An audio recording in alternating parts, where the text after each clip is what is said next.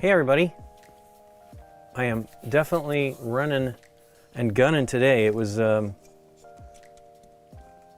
we had a new GameNight date night come out and I was dealing with getting that posted to BGG, which is at 9:30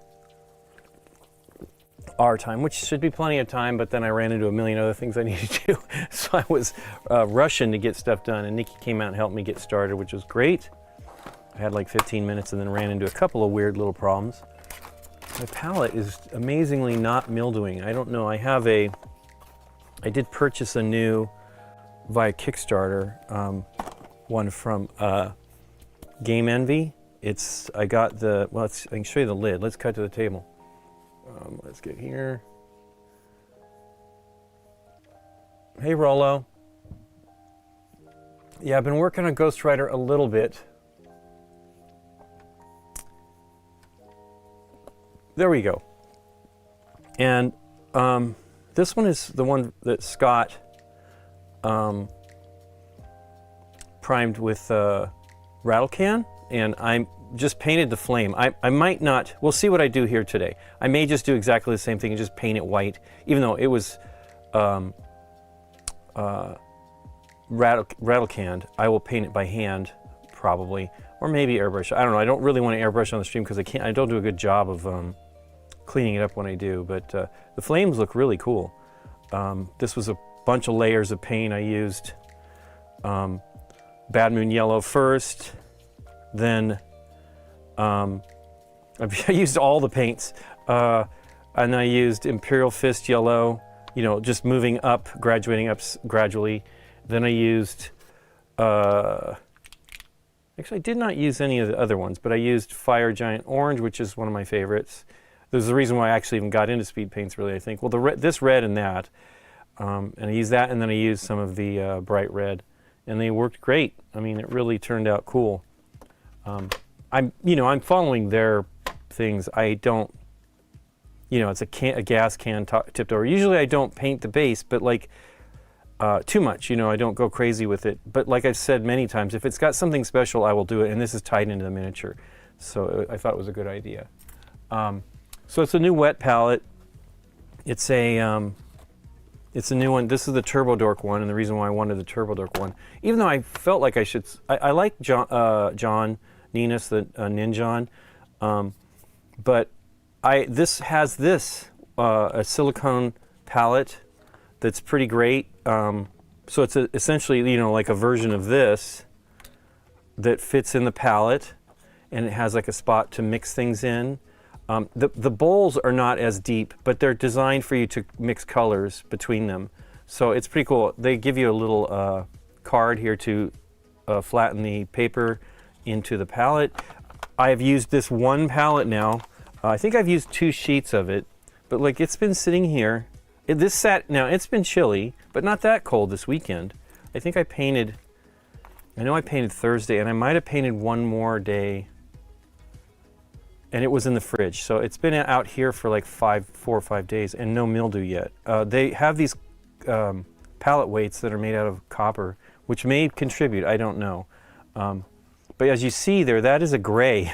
Like the black has settled out. Now I don't normally worry about using the color. Let's just see about wiping up that paint, how clean it gets. It's not the same paper as the Red Grass palette, but it cleans up pretty well. I mean, that is gone. There might be a little bit of pigment there, which I really wouldn't worry about too much. I wouldn't put another color on it different than that, because it's got a little bit of white. But it's a great little palette, and its size is almost the size I want. It's a little bit too wide. Let me zoom out a tiny bit, and I'll show you the other palette I use. I have a lot of palettes over the years, still have them. So it's pretty wide. I would like it to be a little bit narrower, just because of the space I have on the desk. Where is the other palette? It's been floating around here. I hadn't used it either. I was going to show you, and I don't know what I did with it. Let me look. I do like wet palettes. I mean, I've been using them for ages. There it is. And this is a great wet palette too. I have tons of the red grass one. I have 2 red grass ones. I had one from their first Kickstarter, and then I backed their second Kickstarter, where this one's considerably larger, which is fine. You can't even see it still. It's kind of big. Let's go out a little more. I really like them. You know, I will say the seal on these. Hey, I'm tapping it, which I do not like in videos. The seal on these is really good. It's integrated into the lid, so it's molded in. So you can't even tell where it kind of separates, but it is really phenomenal. Now, that may be part of the reason that it mildews. It has been mildewing. You know, it's got mildew-resistant components like the foam, but it didn't work that great for me.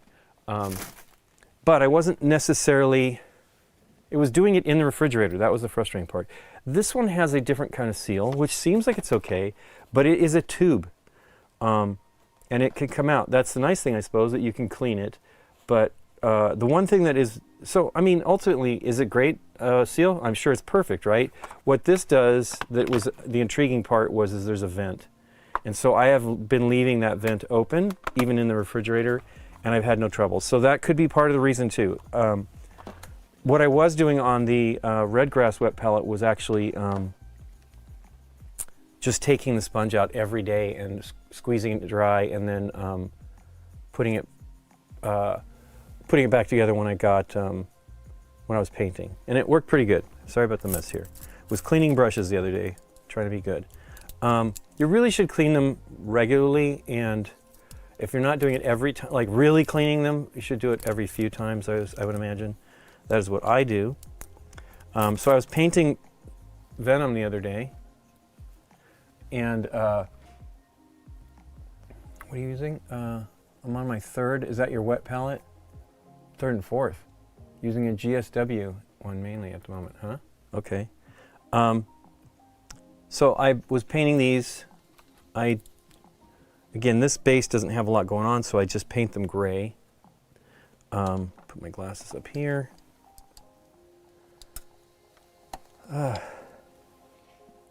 So this one's the most complete one, because I did the wet, you know, the gloss on the stream, and it turned out great. So I need to do the same, and then I need to paint varnish over all three of these. So I'll probably do that. But I don't know if I mentioned it the last time, but I am on the last 3 minis of Wave 1 for me. I have some others to paint. So I have Yondu, which I'm going to start today. And then I will continue on these. I'm going to try to I want to get these done, and then maybe, so most likely I won't be painting too much from Wave 1 anymore on the streams, because I am theoretically done with mine. I'm also popping the paint out of the palettes, which is pretty satisfying. Really, it easily pops out, and you do a pretty good job. So this was the metal medium. Let's see. Oh, it comes right out. Metallic medium. That's the, I'm using right now the one from the older one. I'm sure it's similar, but from Vallejo. And I have the one from, is it here?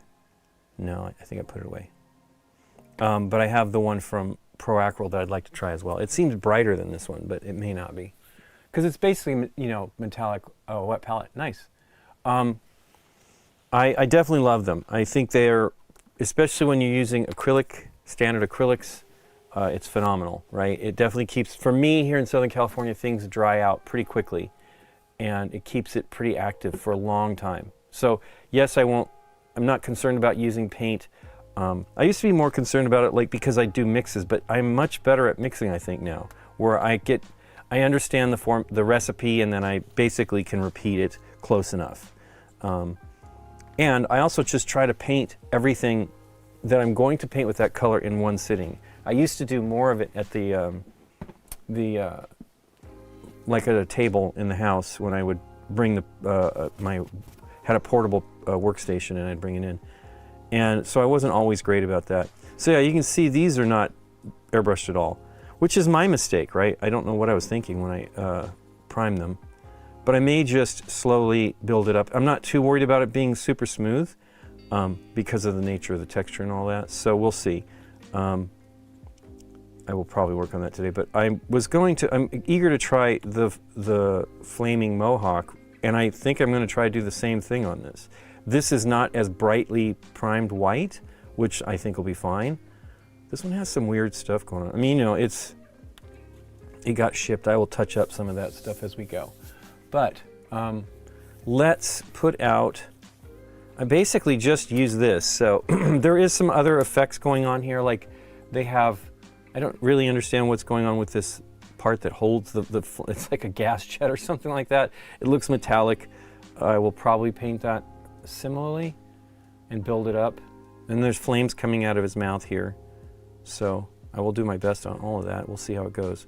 I had real fun doing the Dormammu mini, and I was super eager to get to this, but like I was holding off on it too. And I'm kind of glad I did till all three of them were here.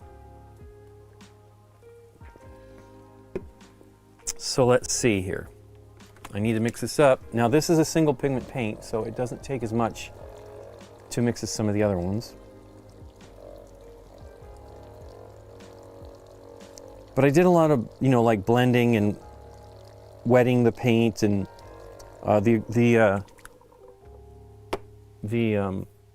ones from Army Painter, the speed paints, were a little bit better for that in that regard. That was kind of the cool thing about doing the top level. They can all be blended wet, but like there's a tiny bit longer drying time, I feel, with with those paints, even though I have issues with them, right? So my issues with these speed paints is they dry on the brush kind of quickly. I'm not understanding it's got to be me doing something wrong, but what happens is the paint begins to dry out here on the outer edges of the brush. So like I'll be using this bottom end, and up here in the middle it'll be drying, and then it flakes off in little like long kind of strands of paint. And it's really not great when you're working on multiple colors at once. Generally, I'm not necessarily doing that, but what I'm doing now is just spending more time actually cleaning it, you know what I mean? Like more often, but it's still like, it's real work to actually clean it off. So once it starts drying, I'm not really sure what I need to do to change that up, but it's not great.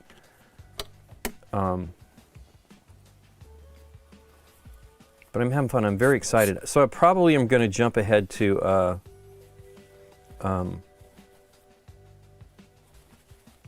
I think I said this. I'm going to jump ahead to Multiverse. Is that, no? It's whatever. And I'm you know, it's cool. I'm excited about the whole thing. Let me see here. I have like this bottle. I've been buying these bottles of alcohol. They're high isopropyl content, so very little water. Wow, I got gray paint all over me. Oh, you know what? I'm a knucklehead. It's from what I just cleaned. I'm like, what is this paint from? I cleaned a big glob of it off of there, so. But that paint sure looks like it would be just fine if I wanted to continue using it. But I don't trust it once they start to break down. But this palette does a great job of keeping it pretty, wow. I have a 3D printed paper towel holder for I have a Scottish wall mount setup, which is pretty great, but I don't like this 3D printed one. I'm going to go for something else that's a little bit more rigid. This actually just holds the bar, and it's not, and I have to load it up with the paper towel, so it's not easy. But I've seen some other projects on Thingiverse that I might try, or I might build my own. Ugh, I'm going to knock it down. Yeah, this is not great. Usually I just pull it off, but this time I was going for a little bit more, and I want to have one that actually has a little bar on it that makes it easier to tear as well. I've seen something like that. Hey Daniel, how you doing? So I'm going to be painting, I've been painting Ghost Rider. I'm going to continue. I'm going to try to do the flames similarly to this on the Mohawk, and then I'll probably be doing these as well. I will probably paint the white first before I started to mix this, but I should paint the white first. I do have, I really like this paint, and I watched Miniac talking about airbrushing with this, and I will tell you, I had the same thing. Now, this is game color, and it's meant to be brushed on, not that it can't be airbrushed. And there is Game Air, which I really should have bought. I just knew that I liked this paint, and I airbrushed this. I airbrushed this with an Evolution, an airbrush from Harder and Steenbeck that was Sebastian's that I cleaned up. Now, I was doing a small amount of painting. I was painting these GW ones. So maybe that's why I didn't have any kind of reaction to it, or maybe the paint is, you know, it's possible that this has gotten cold. You know, when it gets cold, it can destroy the paint. I feel like this paint's pretty great, though. I don't know if I'm going to use that one, though. I think I'll probably use the Bold Titanium White. Hey, James, how you doing? So yeah, it's white is a challenging paint. I mean, you have to mix them all the time. So I hadn't mixed this for a while, and it isn't mixed again. It's been a few weeks. This is ink, but the pigment is like heavier than all the other pigments.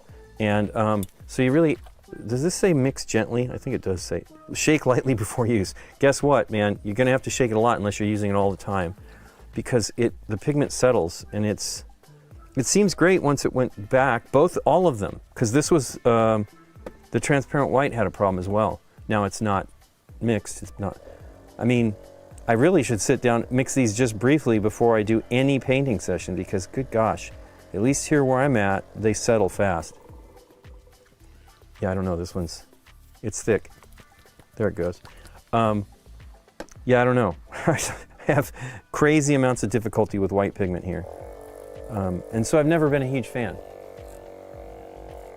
of using white. It's actually one of the most challenging colors for me to do. And I mean, I know it's challenging for a lot of folks because you hear about it all the time, but goodness gracious, I have troubles with it. So one of the things you do is you can mix in some varnish. Maybe I'll do a tiny bit of that today. I like this a lot, and you can see I have a lot. I will never buy as big a bottle again. I don't airbrush with it, although it works okay. Is it focusing? There we go. And I want to do more, but my issue is it tends to make the paint doesn't adhere as much to it as it does with a standard acrylic white. It doesn't have the tooth, is what they say. Not sure, still not done with Marvel United. Wow. My inks are pretty settled right now. Hey, how you doing, Chris? Scott. But you know, I've got hundreds of Marvel United. I have Scott's, I have a friend of mine, so I have 3 of everything, and I had already been pretty far along, so I know I still have about 35 to paint of the one that had painted nothing, and then I have Scott's, let's see, 1, 2, 3, 5, 10, 15, 20. I got about 35 of his to paint as well that he didn't get to. So I will paint the pairs of those. I guess that's probably about the same. I feel like it was the stretch goals that he didn't do, Scott didn't do. He did some, but he didn't do all of them. And so I still have the first half of them to do, because I'd already been, I've only painted, I haven't gone back and painted any that other than the main box. I did paint the main box for my friend first. But yeah, I'm having fun. I really like these. I really want to see some of your minis, Scott. But yeah, I've got tons. I got tons and tons to paint. But I'm having fun. I really like painting more. It's kind of a old college thing where I was doing a project where I wanted to repeat, and I've mentioned this on the stream before. I wanted to do something twice and see how accurate I could get it. Doing them at the same time, not doing it one after the other. And boy, oh boy, was it hard. And it is not the same. I don't even think I ever really finished that. It's close, but I did not finish it. But yeah, I got a lot to paint. So I will move on to the multiverse. And I have also been painting some other stuff. I painted I'll show you since you're here. You haven't seen them probably. I painted some GW vampires, Crimson Court ones. They're really awesome. Had a great time with these. I did these when I was in Germany. I painted some other, I stupid and did it all in with X-Men and got everything for the first and second sets. You're smart. I have not, I've done it all, and I bought the next wave too, the DC ones, but I probably have to stop. But I had a really great time painting these. There's 4 of them. They're really phenomenal minis. I really love them, and I'm thankful that they're easily available again right now. They have some new sets that they are doing that have 4 warbands in each one of them, and they're like grouped together, I guess maybe by theme on the warbands, but they're great. I don't, I'm trying not to buy any more minis because I have too many, more than I'll ever be able to finish probably in my lifetime. Well, it's not necessarily true, but possible. And oh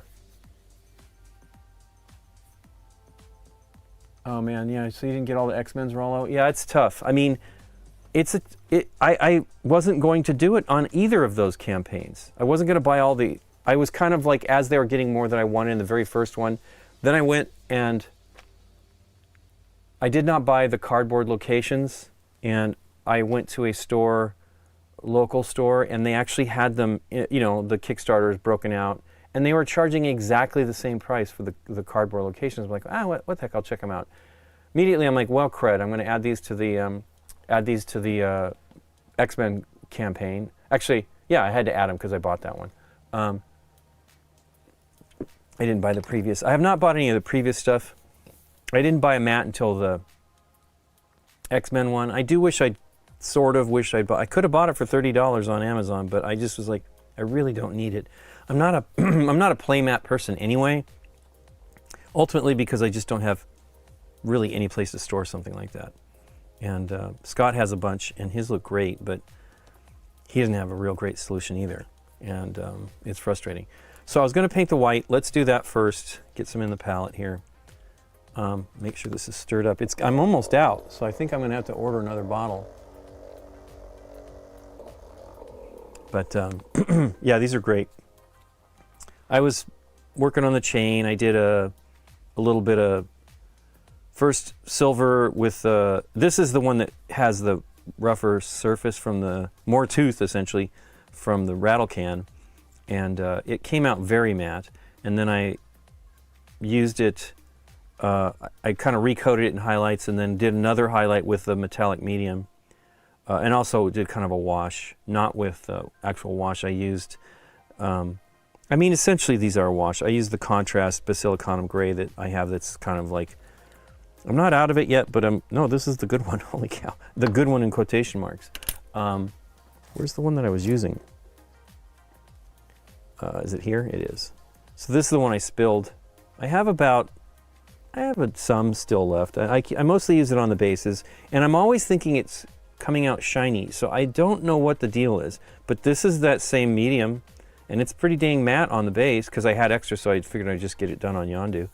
Did I do these as well? I think I did. So, yeah, I don't know. But yeah, it's fun. I had a real good time painting the flames this weekend. I'm going to actually just do exactly what I said, which is just hand paint it instead of try to airbrush it. Because I'd already started painting it. It's not really a big deal. Like, you could have some splash over, because if you get real close, it's not going to have that much overspray. But you could have some of it because it's flames, right? And his bum could get lit up or something like that. The white, then you put some of the gold, orange over it, and it probably worked pretty cool. But let's see here. So I got a pretty good amount of paint. Still in here. It feels like actually not as empty as I thought. Goodness gracious, this bottle though. So I am absolutely going to be putting something else in this to try to smooth it out. So I'll probably use some matte medium. I don't know if I'll use the satin. I don't know. But I definitely want to try to keep it going on smooth. And I am going to do it thin-ish anyway. So first, couple drops of varnish. Let's shake that up. Let's use satin. I don't know if that's the right choice. I don't use it as much as the others either. These are, the thinnest one is the Ultra Matte, which I love, and it's a great varnish, but goodness, I'm burning through it because I like it a lot. So there's a little bit of varnish and a tiny bit of water, let's say, and see what we get. That's airbrush cleaner. I don't want to use that. Distilled water. Let me put this back over here so I don't have to search for it. Should have put it away yesterday. And the medium. Where's the medium? Need to stay on top of it, boy, because it really becomes a mess very quickly. There it is. It's knocked down. Not surprising. I spilled that one. Hey, thanks for the follow, Griffith. So I think this will be thin enough for it to go on. I don't want it to be too thin, and again, I'm going to try to do it in a few coats, but not too few. So let me mix it up and see what we got here. Yeah, it's tough. I'm actually mixing paints kind of when I come in here. I have not done that for 2 weeks, but I have been trying to get on it so that they stay mixed. I have been putting mixing balls in everything. I purchased a bunch from, actually have AK Interactive set of steel ones, which I've used on some. And then I use the glass ones from Monument Hobbies, which are great. I've not run out of any paint yet and had the mixing balls still in there. So I'm eager to have that happen one of these days, just to see how they are and if there's any corrosion on those. Now, obviously the glass ones should not be a problem. So let's see here what we got. It seems like it's pretty good. Yeah, it's pretty good. Now, I'm not worried about it being super even because I'm going to hand paint the color on it, and the flames, are. The issue is like I feel like I liked Scott's level of, well, it's fire. It should be radiating light, so I guess I won't worry about it. But I like that it was a little darker on the inside underneath the miniature, so it's not as extreme like from other angles, potentially, like the brightness, because this is behind him, and I don't usually like to have too much vivid stuff going on the bases, just because I want you to pay attention to the miniature itself, the figure itself, not the base.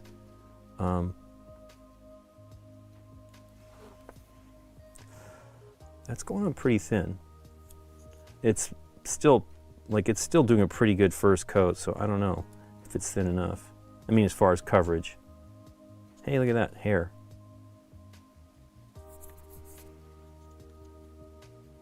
Or synthetic brush hair, probably. Or some sort of fiber. That's the one thing I think that a lot of dust is like clothing and, fibers coming off of clothes and microfiber towels, and it's probably not good for us, who knows.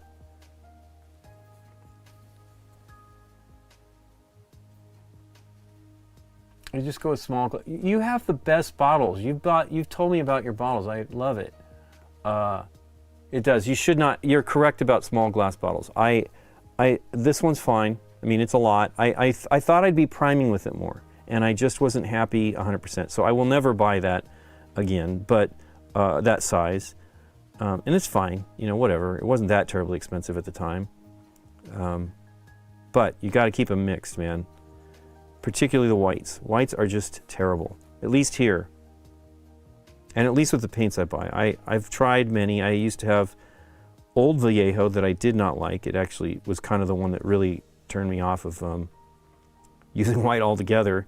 And then I heard about, like 5 years ago or 4 years ago, well, probably 5 years ago, because I think I bought it in the time of us painting this stuff for the during the pandemic, Scott and I.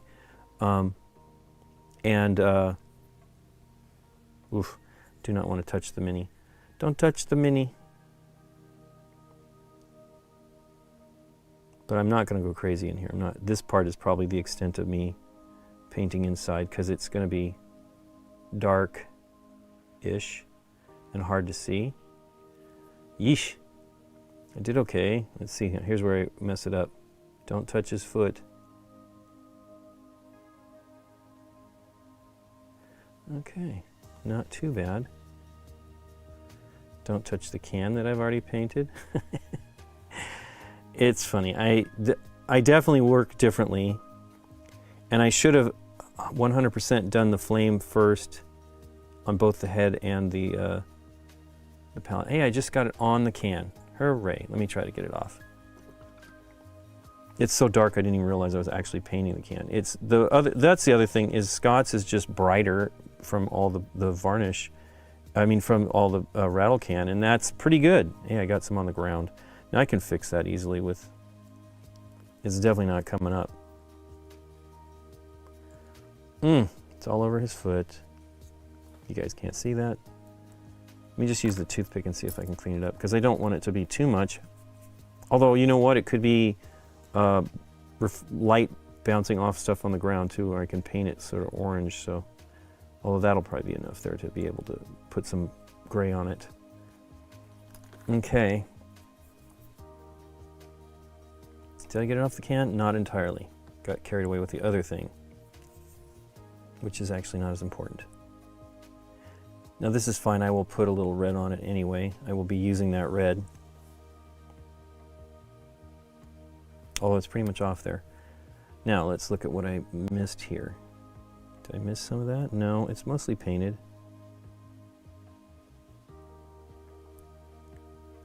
I could have done it from underneath here. I did just fine. So let's paint the other one, and we'll let these dry. I'll probably do another coat, and we'll let these dry and see. I sure mixed a lot of paint for not putting much on.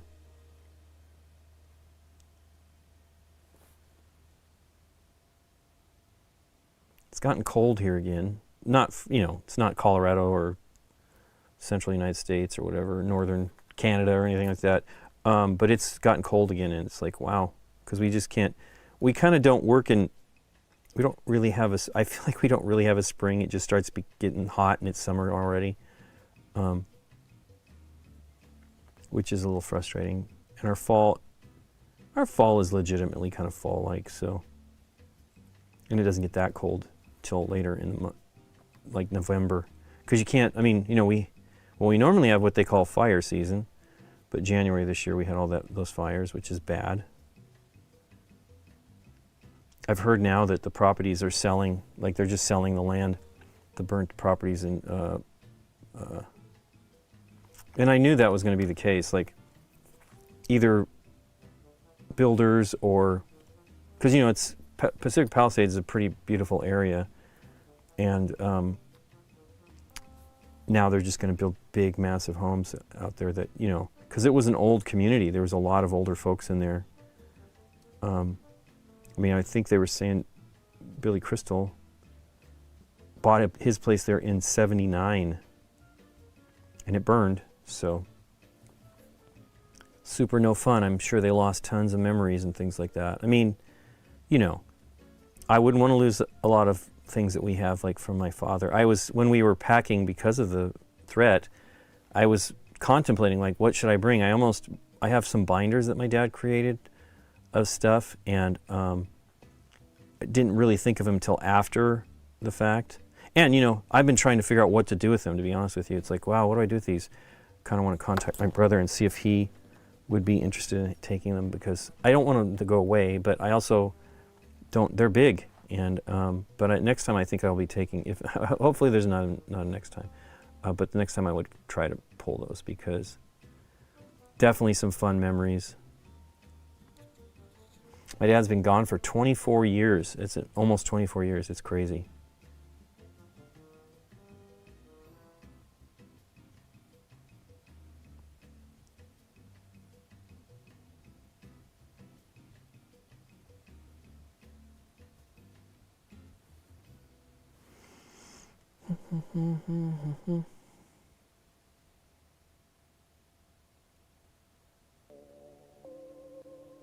Supposedly going to be rainy tomorrow. Nikki and I we bought, I don't know if we could probably do it, but if I were going to do it, I should do it today sooner than later. But we were thinking maybe going to Disneyland again, because we went a few weeks back just after Valentine's Day. And we really don't need to go again. I don't know what I was thinking. Like, I thought we were probably not going to be able to ride the rise of resistance, which was the goal of what we were going for. So I thought, well, let's get some insurance here so we get a couple extra days. I didn't want to do them on top of each other.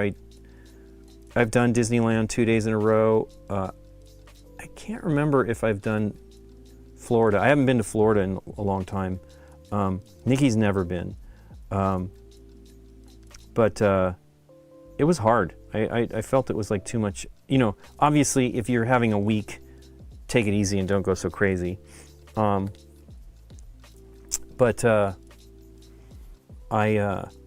this is actually, it seems like a pretty good mix, and it's going on very smoothly. So this was a drop of satin varnish, a drop of water, and then 2.5 drops of paint. Because this is the second coat, it's going on much smoother than I've ever had. Now, again, this is not, it's not a face, which is where I usually foul things up. Where I keep working it, and that's, you got to just put it on and leave it. And that's where doing it light coats and just being patient is. But even when I felt that I've done that, I have not been that successful.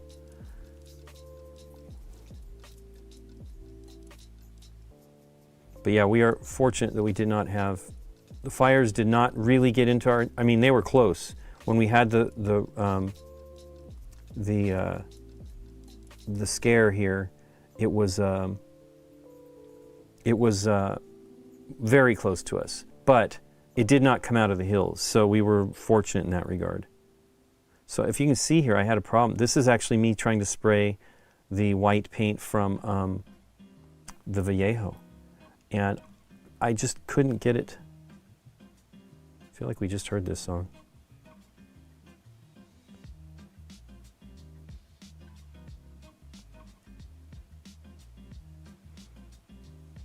The good thing about the contrast paints, except on the most smooth of surfaces, you can do touch-ups. Even then you can probably get away with it. You can do touch-ups.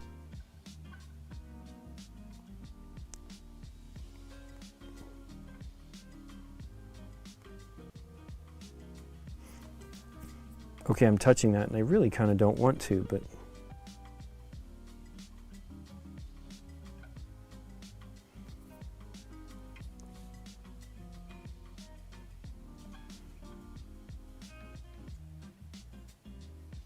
I'm not really knocked out by the that white.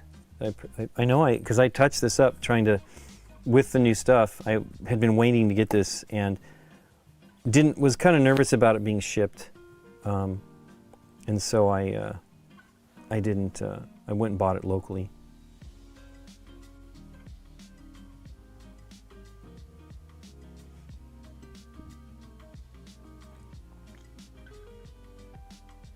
Pretty sure we heard this song already. Who knows? It's probably stuck. I was trying to move ahead to other tracks. I've actually saved a bunch of tracks at one point in time, and I was always starting at the beginning, and the thing would just, I think it'd play that and then start over again, if I went long enough. Because it's like view more. You had to, when you're playing it in that window, I should just download them. Derek has talked about this a bunch, of us just downloading it, and it'd probably be better. Cool. Okay, let's do this other flame. Let's see how this is drying here. It's drying very fast. I need to let it dry a lot though before I paint over it, because it will absolutely just reactivate and start making a mess.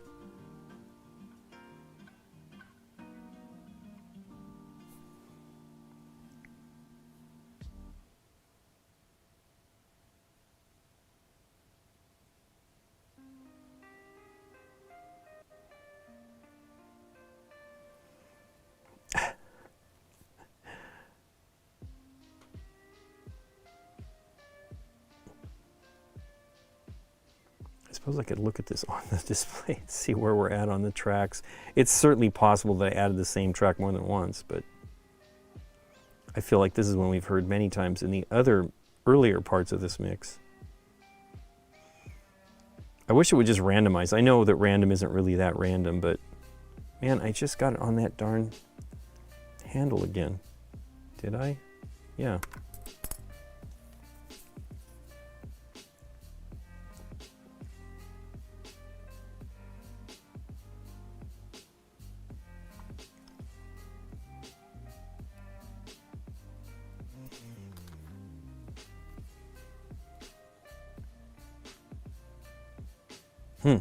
Did I do this whole thing? I feel like I did, but it doesn't look as good as that last one.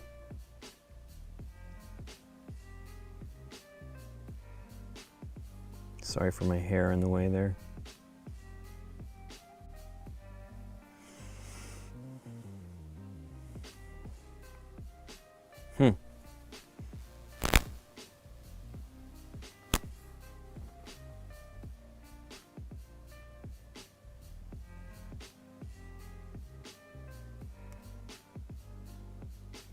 Some definite mold lines here in this section, which is not great.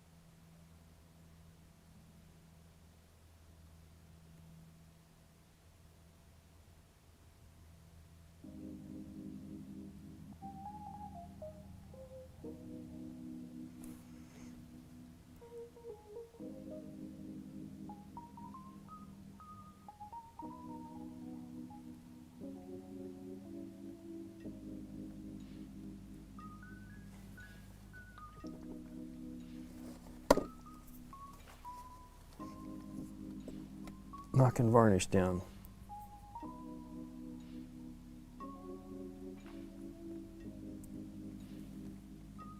Cool. That looks pretty good. I need to do a little bit on the edge there. I was just trying to brighten it up a bit without like really applying too much paint. I think it went on pretty good there. Now it's going to be forever for it to dry. Hopefully I'll get to continue with this on today. But I usually let it dry a long time. Okay, let me look at the other one, Scott's, because his is definitely banged up. This side's perfectly fine. These got shipped to us just wrong. It was such a bummer. We packed them really well and then they got repacked, which, you know, they were just conscious about the cost.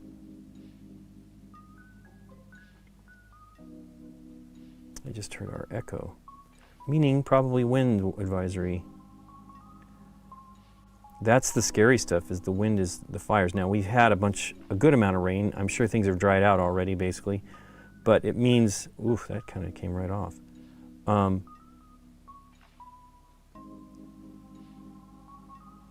But yeah, that was how we had the fires the last time, and it was very quick. Like they were, I guess somebody got fired, head of the fire department, and I was just like, how would they know? Like, how could you be prepared for the amount of wind, like the craziest wind we've ever had, and how dry things are? And it's not, January's not a common time for fires here in Southern California. But maybe somebody just had to, you know, they had to have somebody get in trouble. Because, you know, they're blaming the mayor too. I'm like, how do they know this? I mean, everything is a risk now. The issues were, of course, there were water problems, but, you know, they live in some of that, the areas where these fires happen is a kind of somewhat isolated area, and they have like a separate water supply that is fed by the main water, but it has other storage tanks. And so people were frustrated, you know, like that they were out of water and stuff. We're like, well, the fire is happening and they need to deal with it. So one of the things they did, which I know is not common, is they used seawater for some of this fire. I think mostly in the brush, not in neighborhoods. Pretty sure not neighborhoods. But it's still not great. It's not great for the brush to grow back. I know they only did it like in the most extreme portion, you know, like they had to kind of a thing. So I don't know. And, you know, we had like flight crews with planes coming in from Canada and stuff like that really helped. I'm eager to see what happens now with all these tensions over tariffs, if they're going to help us. They probably wouldn't still help us, but they probably would charge us more, which is a bummer. Because I'm sure it was already tremendously expensive.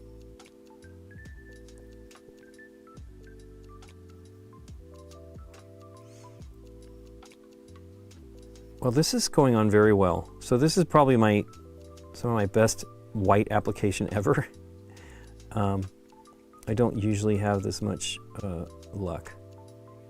But I also did it slightly different. I used a different varnish, which is maybe the reason helpful. I used a matte, not the ultra matte, is that what it is? Yeah, ultra matte, which I love. I use just standard matte normally, but this satin seems to be doing a better job. Hopefully it will still have some tooth for the color. We'll find out hopefully today. Fantastic. Okay, so yeah, this one was the one that was, it looks really good. It might look better than the others after being rattle canned, you know.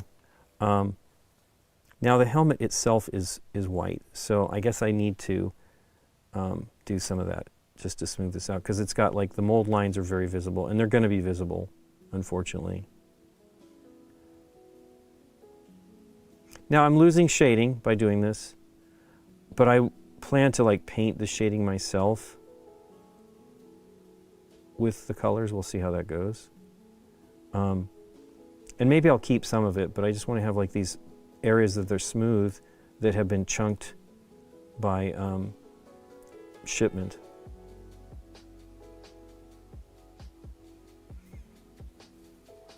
It is dark under there, so I will leave that.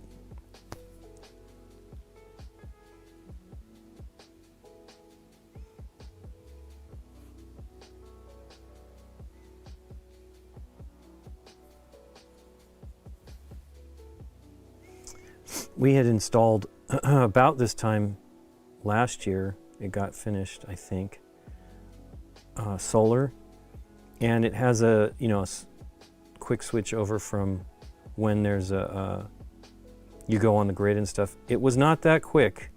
So when we did it, now we weren't testing anything when we did it, we were just seeing if it worked when we got the stuff installed.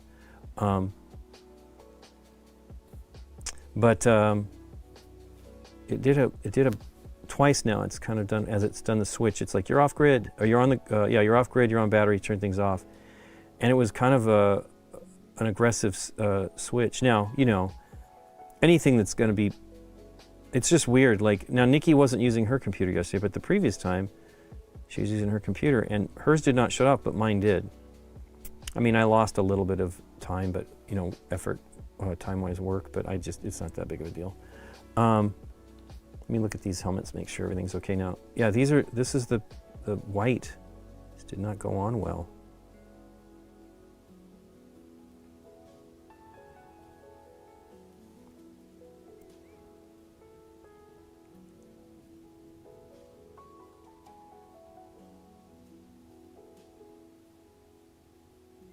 And this is going to be I would prefer not to do too much to it, but I like to have the white just be the undercoat from the airbrush.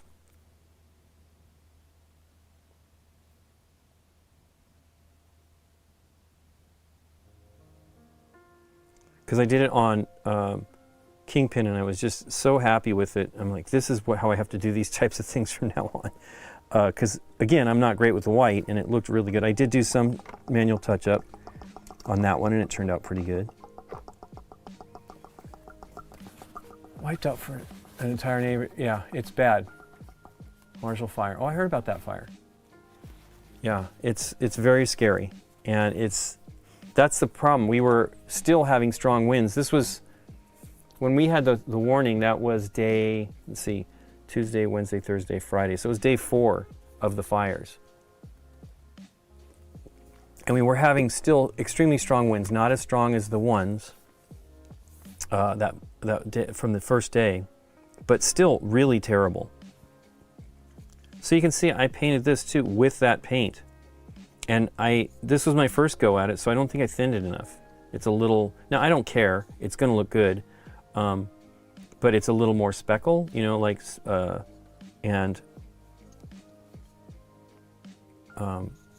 it's not a big deal.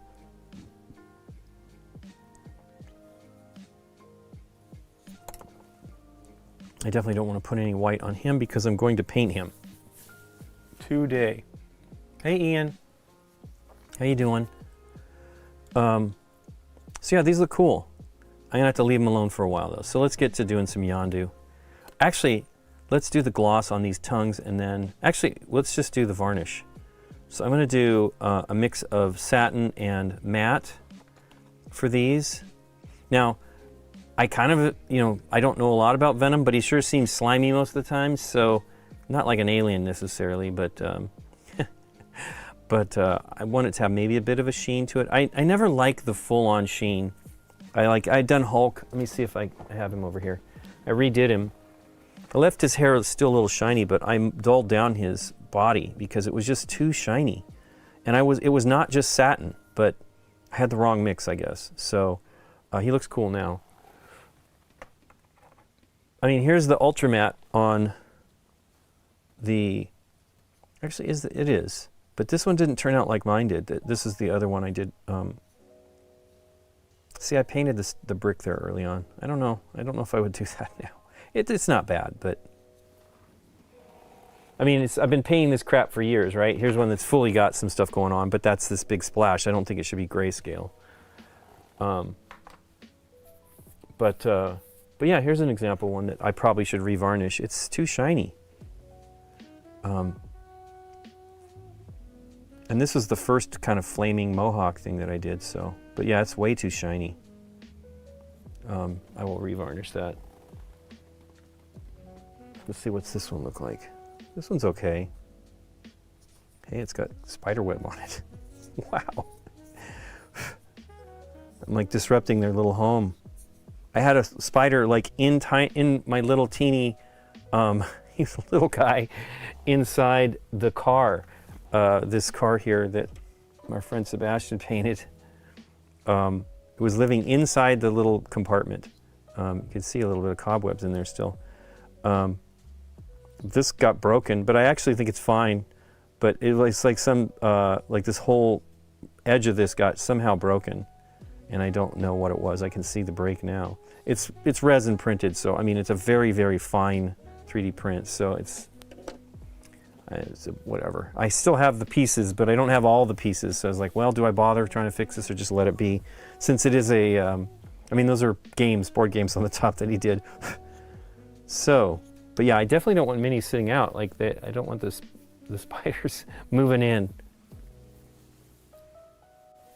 I tend not to put a varnish on mine unless I think it'll get banged around. For sure, but I don't know if you use, Scott, if you use the contrast paints, but they are definitely delicate. I had one miniature that I handled a bunch, and it was already coming off. This was prior to the varnish going on. Now, I don't think varnish is guaranteeing anything. I'm with you. Like, I was never a varnish person until I started painting stuff that got handled a lot, and then I'm like, and then when I started doing these, I was like, wow, it really needs it. The contrast paints are thin. Even so, let's see. What was the one that I had done? Oh, it was Nebula, or yeah, is that right? And I put a lot of coats on this blue, and it was already like starting to have issues. So I'm not even sure there's enough varnish on here.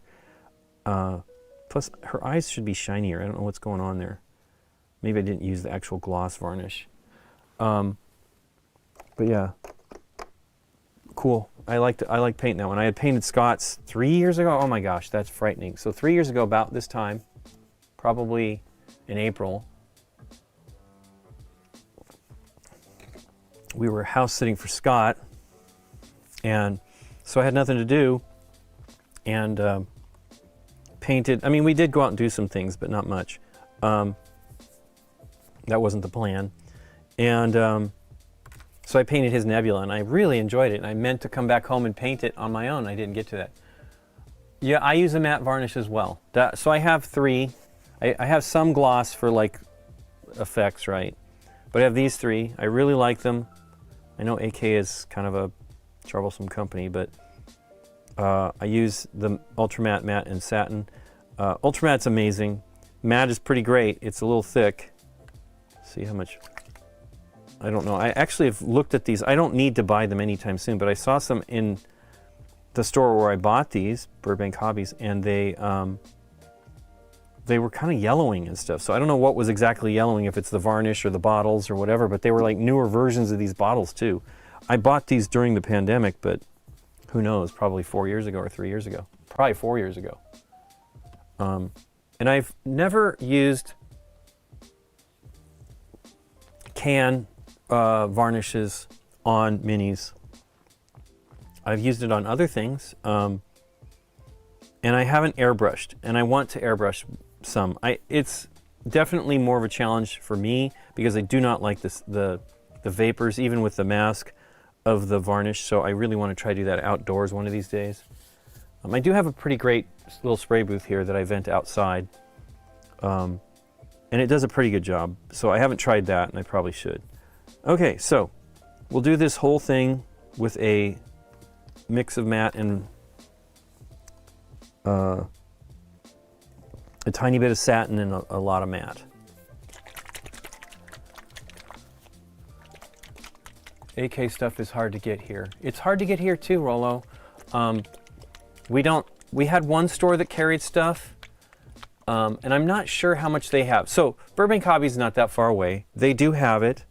They had more of this than I thought. I don't know how much paint they had. The one paint I would like to check out now, I don't need to buy any paints though, but the ones I'd like to check out are the new ones from Big Child, the people that do these minis and paint them for the Kickstarter. They have a new series that were called Atom, and now they're called... Atom is actually the name of the AK Interactive paint, so they gave them a new name. And they look pretty good. I'm scared to airbrush varnish, dude. Exactly, Rollo. That is one of the main issues now. I have a billion airbrushes. Hey, thanks for the follow, Diablo44.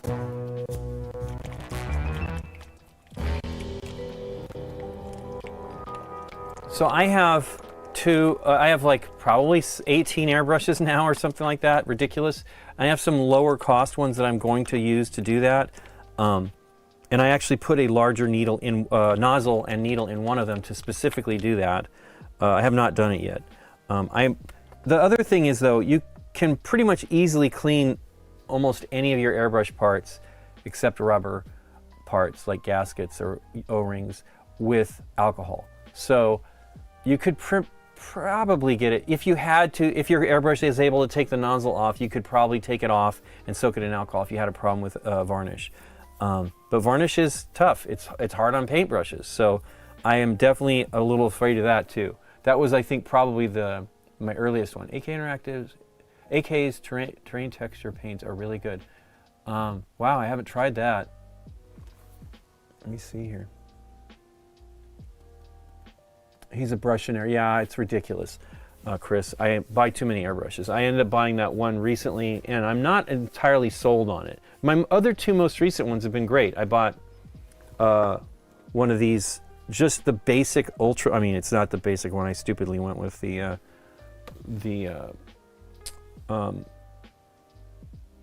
Squidmar one, and then I bought this one. This is a Gallery, G-A-A-H-L-E-R-I. They're a new company. This is my first one of theirs, and I was very impressed. I'm not quite as impressed with the other one, but I also haven't used it as much. I bought one of the Mobius ones. I did use it more.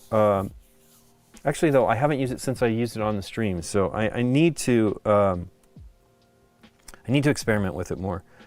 I was using it on these, and I was like, it felt like I had the right mix of thinner and water to the paint for the white, and I'm using the thinner from Vallejo. I was using Vallejo paint with the Vallejo airbrush thinner, and I did not get the result that I normally do. Now, it's a different airbrush, different needle size, different nozzle, so it's possible I just boned it, which, believe me, it's certainly a possibility. But I don't know. It's not worth getting too upset about, but yes, it is a concern. And I think if you, I don't know. I don't buy as expensive. I did buy, I know Scott Kippen loves Harder and Steenbeck, and I have a few, but I mean, I think I got my Infinity pretty great. I mean, I'm not spending another $200 on it. I really do not need any more airbrushes. But I had to try this one. Well, I'll show you if nobody's seen it, but I spent, this was not expensive. They had a sale, it was 50. I ended up spending like 70 something dollars because I wanted this specific cup that they claim did not fit the other airbrush, but I believe it does fit. I wanted this tiny little cup so because I'm doing highlights and stuff, and I don't have even my Badger Sotar, which is a small, I do have this size of cup for my Infinity. I have a little bit more trouble cleaning Infinity. It's a very nice airbrush. So I wanted this tiny cup so that I didn't have to clean the giant cup. And it was much easier to clean this, by the way. I don't feel it's necessarily as polished. I mean, this one here, I feel is even more polished. So this is the Premium series, which is just below the top. And the top series is the other one I bought, which is the Ace series. And the reason why I bought the Ace was I wanted the polished cup. I was totally like smitten with the idea. This one is actually even more polished. It feels really smooth. And I have used it once, even though and you can see some of the paint residue, but I was eager to use the other one. I just like, oh, let's try it. But I do want to do a little bit more and really give this airbrush it looks very nice. It has some cool elements to it. I took it apart to clean it the other day. That's right, I airbrushed before I painted and then I cleaned it on stream, which is a pain. Still easier than others in some ways, but not entirely. I do like this little window here that you can adjust the compression. There's it's actually just an O-ring here, Teflon O-ring. Usually it's on mine. It's on the Badgers. I shouldn't say mine. The Badgers have a longer, what they call needle bearing, but it's very difficult to adjust. So I don't know. But the nice thing is I could tell whether any paint was coming out when I was cleaning it, because I had to pull it out this way, which I don't love to do, but I needed it for whatever reason I was doing the other day. And but it's a cool airbrush. It's like $59. Maybe it was on sale at $59. I don't know. It was at because I mean the one I bought, which I spent got a very good price on it, but it was actually a little. I was discounted by about $20 or $30. This one here, the GHAC 98 Dual. So this comes with 2 needles and 2 nozzles, and it's pretty slick. The cup is not as shiny as the other one. It's nice. I mean, that's why I bought this, and it does a great job. It's very easy. Paint does not stick that strongly to it, so it's much quicker to clean than the others. I'm just one of those guys, I clean it every time. As I said, I've seen on some of the streams, these streamers, they have, I did not put those parts back in the box. I want them in the box. I've seen some of the YouTubers that and my friend Sebastian, they just don't worry about it. And now Sebastian's, he doesn't clean his enough. So I've had to clean it every time I've come out, and then I work on his airbrush and I clean it for him because it doesn't work. And I showed him how to do it, and I showed him how alcohol helps and on some of the tougher things that you haven't dealt with. That looks like it's doing pretty good there. I think I'm going to be good with the white on those flames. It's going to varnish. I keep talking about getting distracted. So satin and matte. I'm going to do more matte than satin. Let me do a little more shaking. Let me read what they were saying about the airbrush. Humbrolls mixes an airbrush cleaner. Huh. Yeah, it's a small cup. It's great. And it protects the threads. And I'm only adding a little bit of paint because I'm doing highlights and stuff. That one, I have a cup almost exactly the same size with my with my Harder Steenbeck. And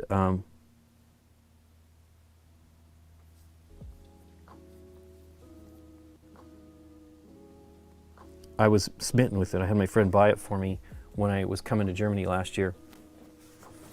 And so I wanted another one that was an airbrush that I wasn't as concerned about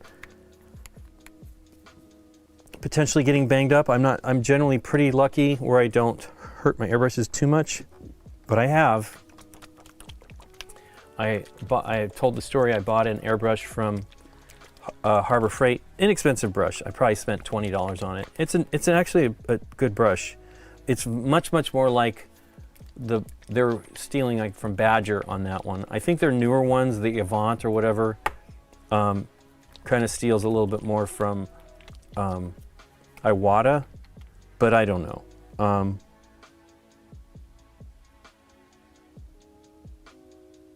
Okay, should be enough.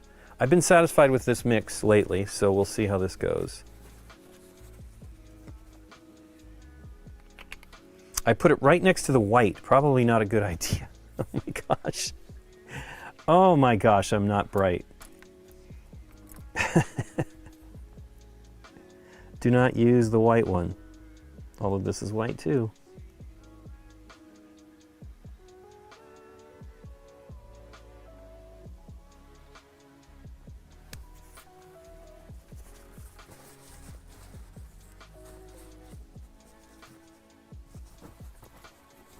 Am I getting paint on me? No. Okay. Let's go with this one, since I want these to be dry sooner rather than later.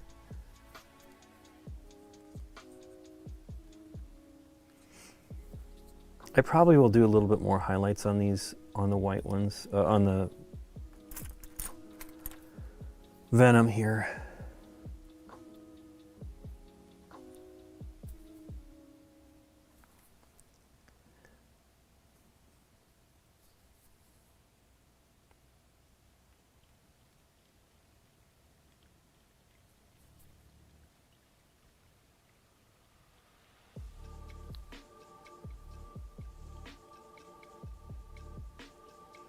I paint the bottom rim generally first, if I remember, because I often handle it sooner from the base. You know, like I'm going to pull it off of this. I'd rather not have to wait too terribly long. And so when I paint down here, generally it's dry enough for me to pull this off without hurting the varnish.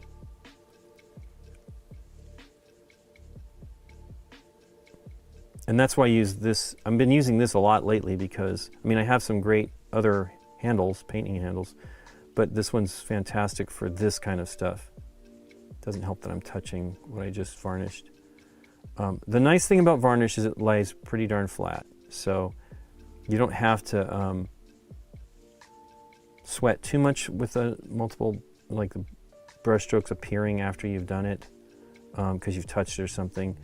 It will generally go pretty smooth, and then I often will just do another varnish on the base anyway, on the edge, since it also gets handled quite a bit. I do like, is this Scott's? I think this is Scott's. I do like the rattle can finish though on some of this stuff. I love it on the base. It has a neat kind of almost sandy kind of look to it. But it is more of a challenge, but I got to tell you, I've had good luck with these. I think that the end result has been as awesome and sometimes better looking than the airbrushed. That part of that is because I'm not airbrushing it as bright. The white is not as bright as obviously the rattle can is, and that's the case. Somebody asked the other day, they're getting ready to paint some stuff for them and their son to play, and I just was like, don't go crazy. Just, you know, paint it white, and then see if you like it, what you're doing, and then go for, because, you know, painting white, you know, as the primer, and then for contrast paints, because he doesn't know how to paint. And your end result is, you know, pretty darn great. I mean, I really love the ones that I did, the first Games Workshop minis that I painted with the contrast paints. They really look great. I think I used Gray Seer as the undercoat, which is a cooler undercoat than Wraithbone, and then of course the straight white, what they didn't have at the time. At least they have a new version of it now. And you know, you get great results because the contrast paints generally work well with that. I mean, that's how they design it. They want you to, all of the ones that the speed paints, they really recommend you do the I'm kind of cold out here, I'm kind of shaking. It's pretty funny.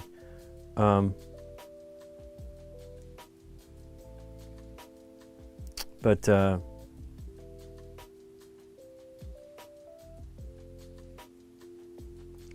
I feel like the one reason why I recommend just getting started and going with I mean, I love the Zenithal, but I also don't feel people should be buying airbrushes when they don't know that they want or need one or feel comfortable using one. And so, you know, Scott's rattle can stuff really turned out great. I see I did not get part of his arm there.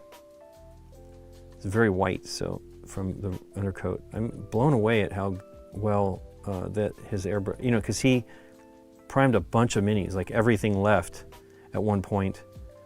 And, you know, I'm trying to do that. I have not had the time. I've done 12 of them, and I've just done the black so far, but I want to finish the other ones, and then the other 12 that I need to paint or prime, and then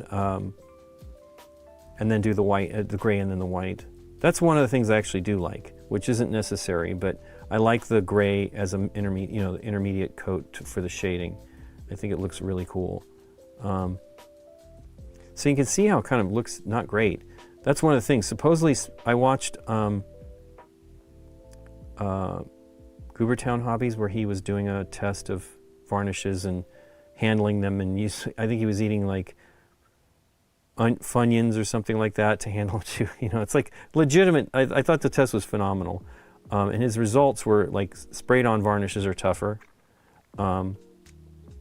which now he was talking about like rattle can, but I think he also might have done some airbrushed varnish. I don't know, I don't recall. I mean, but I want to try it. I don't really want to use rattle can varnish though. I'm not a fan. I've used fixative for years on my drawings and watercolors, and it was fine. It's got a bit of a sheen to it here. I may be doing another coat. Well, you know what? He is Venom. We're going to let him go on this one. But yeah, it's already got a bit of a sheen.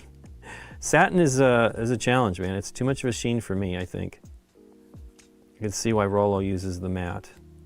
I mean, that's generally what I do too. I actually was doing a whole bunch, but I was dissatisfied with the hair, so I went back in and then did this mixture, because I did a matte. I actually used ultra matte and matte with like three levels of stuff. One drop of satin to give it a little bit more durability, and then 3 of matte and 2 of ultra matte or something like that, and they just came out really matte. And so the hair did not look great, so I went back in and primed the hair. Varnished the hair. I keep saying primed with the satin. I think it was actually a satin mix, though. I did satin with a little bit of matte, because I don't love the raw satin. It's too much. Too much gloss for me. But you get, that's the other thing.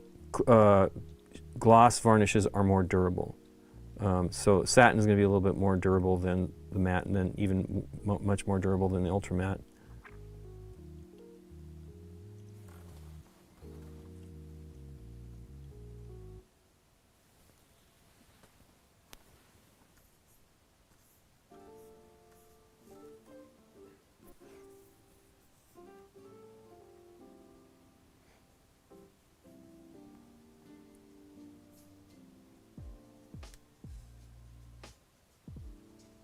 The cups are clean.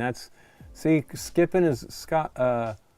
Scott is more like my friends, and you know, to me, that's a good attitude to have. Not worrying about it. I am a cleaner. I have for years. I've used airbrushes now for probably more than 40 years. I got it when I was young. My parents bought me my first airbrush, and I've always cleaned them. Always. Like I feel like I don't want it to. I don't even think I've ever not done it. Like from the beginning, I've always been one of those people that spends more time like making sure everything lasts as long as it possibly can. And at that time, I feel that was pretty darn expensive for a kid anyway, a teenager, a young teenager maybe. I don't remember exactly, but I became the airbrush guy for sure. Everybody was like, oh my gosh, and I was airbrushing paintings and art. This was I didn't do any in school, obviously. I don't think I started doing art until I was a sophomore in high school. And And the airbrush thing started happening in the junior year, I think, where I actually did a painting where it was airbrushed. So maybe, I don't know, maybe not as long as I think. But yeah, if you keep the internals clean, and if you get good at doing it, you don't have to do the deep cleaning. Like if you're good at it and you pay attention to it, I just tend to have problems if I don't really do the deep cleaning. And it's annoying, I will tell you, it is super annoying. So I clean them, and it takes time away from actually painting, so ultimately, sort of. But I mean, airbrushes really speed things up too, so I don't know. To me, it's worth it. I mean, even the inexpensive airbrushes I have, I clean them. I have developed stuff from when I was very young on how to clean them. And, my own. I didn't have YouTube at that time. I just figured it out. I can't even imagine, like, how I did any of that stuff. Like, figuring out mixing levels and everything. It's so crazy that I had any success at that without, having... I mean, I'm not a fool. I know how to figure some stuff out, and that's probably one of my benefits. But still, I feel like, wow, this is amazing. I did all this pretty young without any kind of guidance. I never had any... I don't feel like my art teacher was a big airbrusher. As I recall, I don't think he was. So you can see now, it's dry on the base, so I should be able to pull this off without destroying the varnish. And then go on to the next one. I did not do the tongue at all, so I will do that just with the clear, with the gloss. I only have the tiniest amount of gloss varnish because I barely ever use it. I think I have 2 bottles of gloss, different types. I have one that was polyscale, which is long gone, I believe. They used to be I don't have the bottles anymore because I emptied them out and put them in dropper bottles, but they were, gosh, RPM, but who was the other people? Maybe Testers? I can't remember. I feel like that's Testers. It's been so long. I don't buy Testers anymore. Although Testers has great matte varnish, rattle can matte varnish, small cans. I paused the chat. What am I doing here? Hey, Amanda. Airbrushes are great and infuriating, but you say you have 4 harder and Steenbecks? That's pretty great. I only have 2. I think at one time I don't remember what happened because I had access to one before that. So it might have been my friend Alf's, somebody like that, and it was okay. I mean, it's a great airbrush, but they're expensive. Parts are a little harder to get now. They're much easier. There's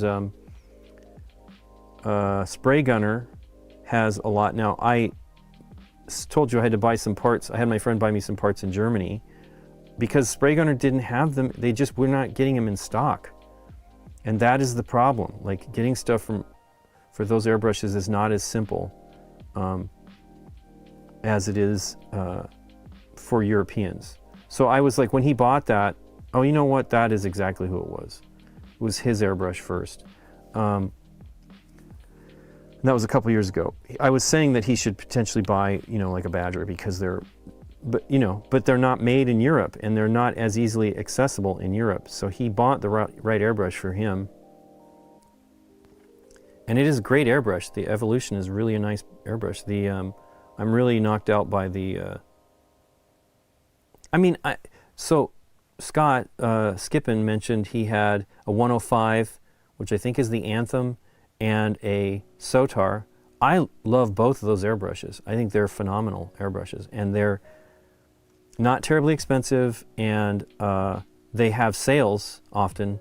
So they have like a annual, they have had, I don't know if they're still doing it because I'm not buying any more airbrushes even though I bought one.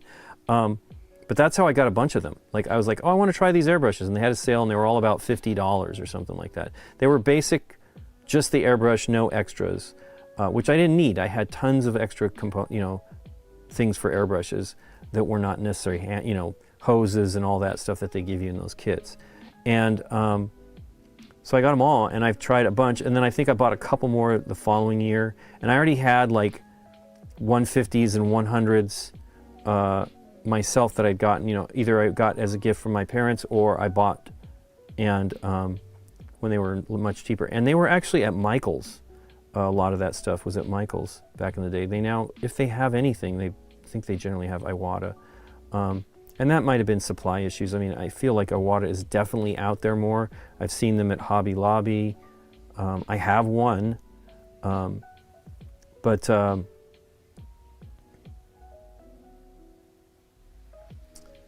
it is just, you want to be able to get parts, and that's the problem with a lot of these Asian manufactured ones. China, mostly,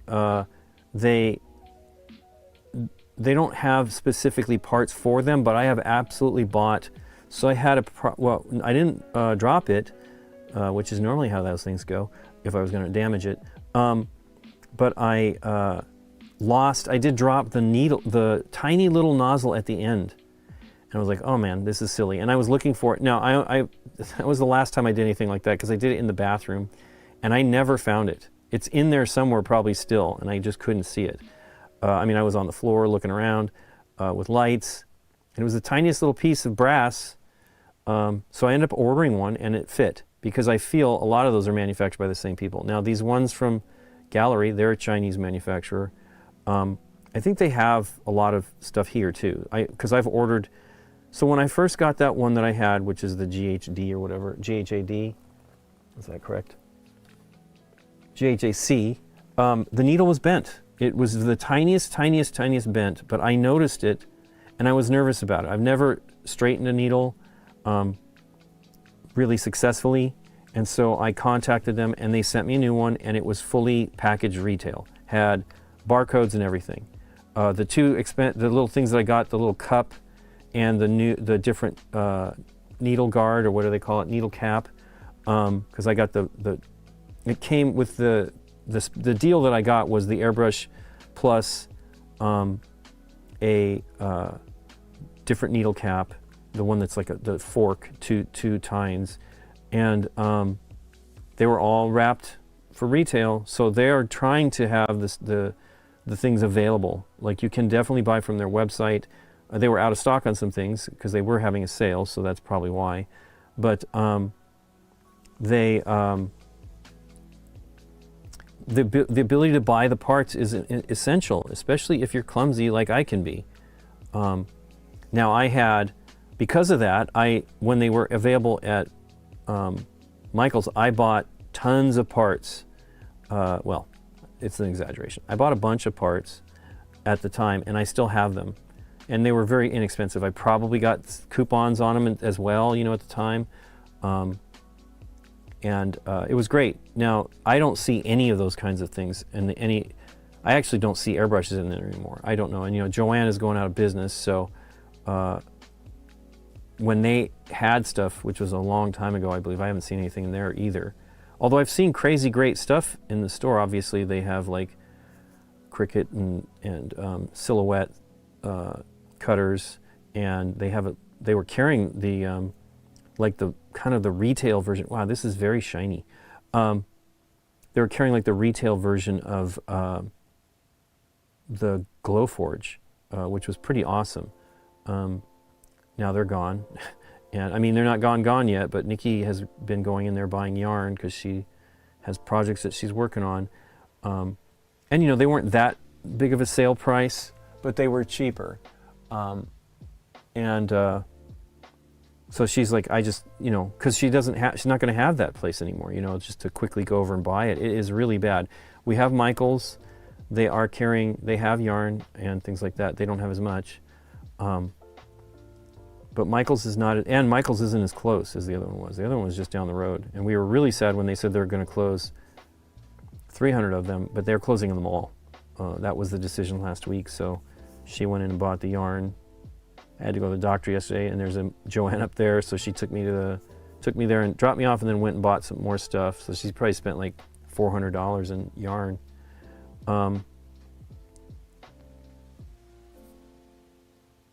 But yeah, it's a bummer, like the ability to get things. So yeah, you certainly can buy them and order them, but even then, like I was saying, I was ordering from Spray Gunner, and they didn't have everything I wanted. I've even ordered, so that's the thing. I mentioned Badger, but you know what? Badger is not easy to buy parts for anymore. They're not everywhere. And I have actually had trouble buying a part for an airbrush, and Badger didn't have it in stock. And so I ordered it from an art supply place that actually had that one, and I was blown away. And it was a silly part too, because it was a, I actually don't buy airbrushes with Mac valves anymore because of that. Mac valve is a little teeny threaded screw that goes in the bottom of the airbrush, and it's a way to restrict the flow, and it's actually pretty valid, but my problem with them most of the time nowadays is they leak, and so it can cause problems. And but I somehow misplaced I looked everywhere too. It's like, why would I have misplaced this? I don't even remember taking it off, but I am certain it was on there when I bought it. It wasn't like it was forgotten, because it was one of the ones I got on one of the sales that Badger does occasionally. So their anniversary's around this time, I think. I don't know if they're still doing it the same, but they were selling everything. You'd have to pay attention to it on Facebook. Follow them on Facebook if you're interested. But I did buy, when I went to Gen Con, they have a booth there, and Ken is there, and I bought like all of the needles and replacement needles and nozzles for the Sotar, because it is really one of my favorite airbrushes.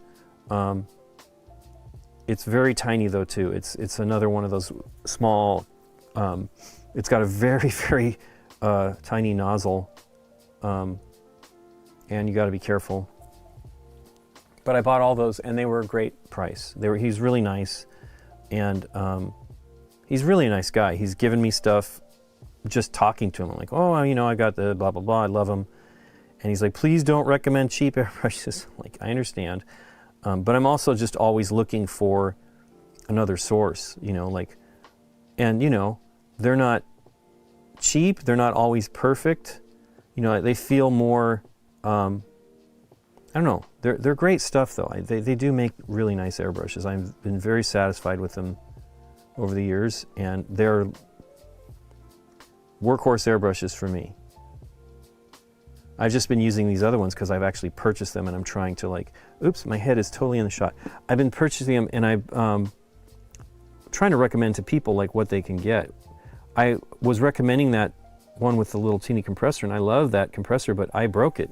While I was painting here, working on something, I think I was doing something, and it slipped out of my lap because I was actually trying to quiet it down, and it landed just on its side, and it took completely as the thing still works, but now it's making more rattling noises, and I mean, it never made the rattling noises before, and it's only gotten worse since I've tried to. I know where the problem is. I don't know exactly what the problem is, and I don't think there's anything I can really do to it. I can't really take it apart and fix it. I did get the bottom part, which is the battery, sealed back, no problem. But it's the part at the top. So what is going on now is when I'm running it, I'm glad I used it a lot. At least I got some of my money out of it. But when it's running, it leaks so that it never stops shutting. It never shuts off. When you lift your finger off the trigger so it's not spraying anymore, usually the compressor stops. Now it just keeps going. And it's making that rattling noise, and it's in the top part. Like, if I press it together from the top, it works perfectly fine. So I don't know what I've done. I'm sad. I looked on, I've never bought anything from AliExpress, and I knew they would have some, and they do, but they're like $30, which is overpriced in my opinion. Although it's probably shipping is free, maybe, but anyway. And you know, I bought the one I had with an airbrush for $50, so I was like, and I would love to have another one. I think Nikki liked using it too. It's such a bummer. I don't know. And I have tons of compressors. I have more than enough of everything. But you know, it was easy. You pull it out, you put your airbrush on it, you turn it on, and you're going. It was not a problem at all. So I don't know.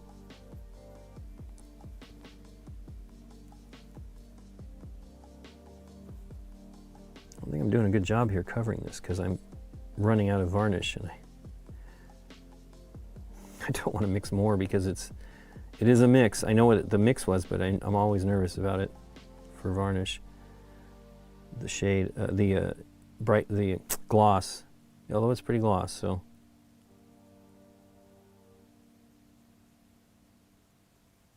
I'm getting in the shot. I don't know if I've changed my chair in here, and that's probably a mistake.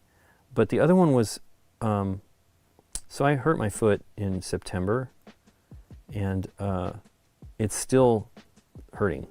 Like I can get around no problem for the most part, but like it gets aggravated sitting in chairs. And of course I have a stool at my desk as well, a task chair stool, and it hurts. So I was like, well, let me change to a different seat and see if that helps. And it's better in here, but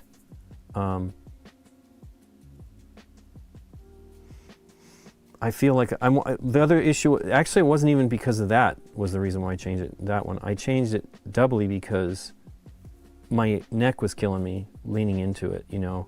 I'm a little bit closer to the table and I'm still kind of in the same shot if I sit up. So it's not bad, but I don't know, it's been chair time. Scott actually had his chair, the wheel on his chair break, and he had a classic kind of chair, which was pretty nice, and he really liked it, but we might fix it when I go. We're going in 2 weeks, so I might try to fix it for him, see if he ordered a wheel, I think, but I think he bought a new chair. But the crazy thing is he got the chair and then he got it here to his house and it was missing a wheel. Like there was a hole in the box and somehow like the leg probably popped out and the wheel got popped off. And it's an expensive chair. One that I actually contemplated, but I wanted stools, so. That was a challenge to get to because I have steel case and they're not, you have to go through like a representative to buy chairs and parts, I think. So anything, mostly they don't need any parts. That was one thing that Nikki had a problem with. She kind of climbs onto the chair and was breaking the armrests. So I ended up ordering some on eBay. But yeah, it's kind of a bummer. Like they don't have, so I had to actually buy them all used. They couldn't get the chair, and I found a place down in Long Beach that was selling chairs, and they were amazing shape, so I don't know what the situation was on that. Let's see how much, it does look shinier, the gloss of the tongue. Do I have everything covered now? Sort of looks like it. I don't think I got that arm, the back of the arm here.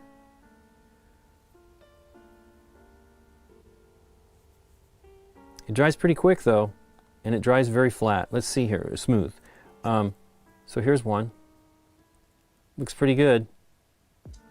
Have I missed anything? Looks like I missed a little bit of black there. It's funny, like it's hard to see it, like then it gets glossy and then you see it, so I don't know. I feel like I missed the bottom of this arm on all of them. Let me look at that other one again. Nope, I got it there pretty much. Could use a little bit more. Okay, we'll let those dry for a moment, and then I'll do the tongues.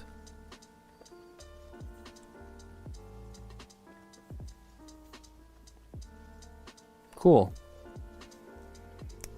I probably should put a little bit of this mix on the edge of the base too on the ones that I did, because I only did like 4 of them, 4 different models, but like 6 of them. So the varnish I'm using, Jetty, is AK Interactive. So this one here was a mix. What I'm varnishing right now is a mix of these 3 varnishes. It's basically, it was 4 drops of matte. Actually, I don't think I used ultra matte. Maybe I did. No, I didn't. It was just satin and matte.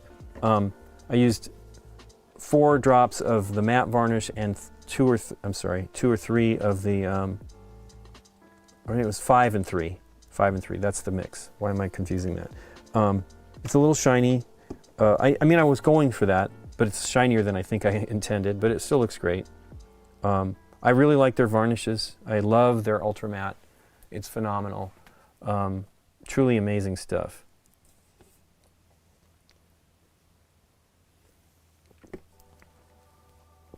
Cool.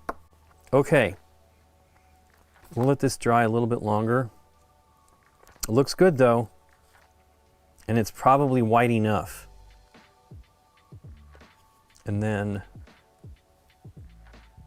that really does look good.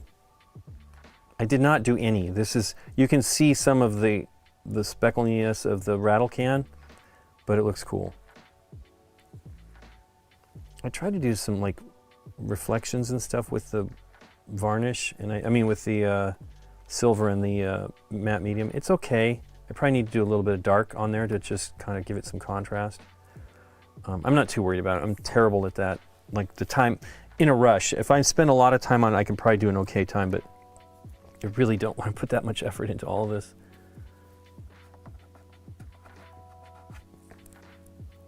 So let's, how's this one? Let's do his tongue. This takes a long, the shiny varnish takes a while to dry. And I have just a tiny amount of it. Well, not tiny, but it's definitely, it's not even full, but I did put a mixing ball in here. This is Polyscale, which doesn't exist anymore, I don't believe. They had some great paints back in the day. They were like the first metallic paints that I bought that I really liked. I think that, what was the one called? Did I get it named properly? Oops, right into the water. Pewter. This was a pewter, and it looked kind of burnt. I loved it. And so I've got their varnishes, and I really like them. But now I think I bought these like about 20 years ago, so it might have even been tired, like getting, because I really didn't see them after that. It was a hobby store that does, a game store that doesn't exist anymore. Why am I mixing that? I don't need it. But it's a cool color. Yeah, it's a bummer. Those bottles are not great. So these are ones I got, I think, on eBay. And look, there's like a bit of dry varnish in there. They're not the right size. This is what I was actually talking to Scott Kippen about. He was telling me of I looked at those guys that he recommended, like US Plastics or something like that, and I could not find what I wanted, and it was a bummer. Because I would love, what I really want, I'll tell you the bottles I would really love. Well, first of all, these don't fit in stands for these types of bottles. But also what I want are these bottles. I love these clear bottles. It's so great. But nobody's selling anything like this. And I will save these when I run out of these paints because I will use them. But I just like that they're so clear. But these are fine. I mean, you can pretty much see the color, but they're just not, the nozzles, you know, fracture if you tighten it too tight, which I feel like I'm not even tightening it too tight, but so they're not as durable, and I just have like 50 or something of them, so I'm just using them. I use them to have my primers in there for my airbrush when I'm working. I fill it up usually before I start, and then I keep dumping it in there, and I'm not, you know, it's a lot less messy. So let's do the tongue. We got the paint out. Probably should use, I guess I'll use this brush. This one is really kind of messy. I don't know what's going on here. Getting in the shot again. I might have to change this up. It's a bummer. I'm closer to the table, which is great, but I keep putting my head in the shot.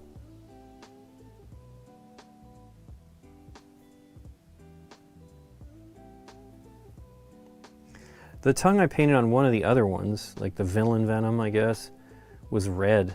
Was it that way with, I also did Carnage, I can't remember. I don't think Carnage had his tongue out, I don't remember. Let me look, I have one right here. He does not. It was the other Villain Venom. And the red was cool too, but I wanted to try the pink, and I think the pink looks pretty great. It's probably not like really the color of things, but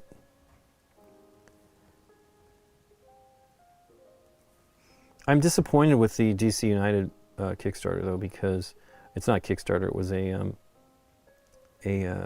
Game Found, but they are not giving us the, they would update with the minis painted. They did some during the campaign, and I mean, I'm using them as source because I don't really know the comic book stuff, and I did pay for their book, but I guarantee the book is not going to have all the minis in there. So I don't know what's going on. I'm really disappointed. I actually probably should start looking at Big Child's posts on Facebook. They might have some in there. They've often had larger versions of their pictures there, so I've just downloaded them. But I save them all as reference because I just don't, first of all, I don't like looking around the web to find them when I'm trying to paint. I just have a folder with all of them split out by the campaign. But yeah, it's a bummer. Like, I don't know what's going on at, I mean, it could be cost. Like, I don't know. With Simon. It's a bummer. We have someone we know that is working there. Well, we know somebody else too, but they didn't really have any control. And I don't know that the new person has the control. It's marketing. But it's truly a bummer.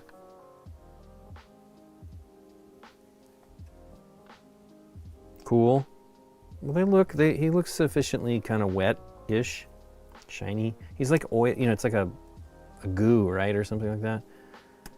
I never watched the movies. I've only seen the bit at the end of the Spider-Man. I have 2 of the movies, but I think I have one of them in 3D and one of them in regular Blu-rays of them. I love the 3D stuff, but I just haven't watched it. Cool. What time is it? It's probably not that late. It is 12:19. It's getting near the end. I'll go a little bit longer today, probably, because I wanted to paint some of the fire. I have not painted any Yondu. This is a bummer. He's cool, though. Well, I'll continue with him for sure a week from Thursday. I might get to some of it today. I'm just excited about these. I think I'm going to try putting the yellow on. Let's see how we do here. I'm really blown away with the yellows now from GW. They did not have, I love the Iandin yellow. It's a great paint, but I wanted a yellow. And they finally have yellows. And I think their yellows are probably better than the ones from Army Painter, but this Ancient Honey is a great color. Great color. I've not used the other yellow that I have. There's a couple yellows, Zealot yellow. See, now look how red that looks. So I don't even know what is going on there. This is probably like Iandin, that looks orange, and then you put it on, it's a little more yellow. And if you thin it with the, reduce the intensity with the medium, you get there. But yeah, they don't have, so they have like 3 great yellows. Straight, I mean, sort of straight. This one here is Iron Jaws, which is cool. Different color, but I like these. They're all quite good. Very happy. I wish they, I wish they had more purples. They have a couple. They're great.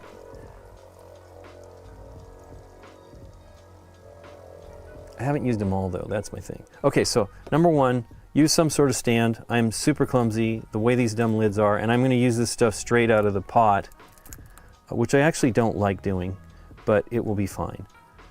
So let's see what we got. This was painted way before the other part, so it should be okay. Now, if I were to have any issues with the white on this, it's not such a big deal because I'm putting a very light yellow on, and it will seal the white on the next levels. You don't want to do it too much because it could make it kind of milky. I think it's dry enough.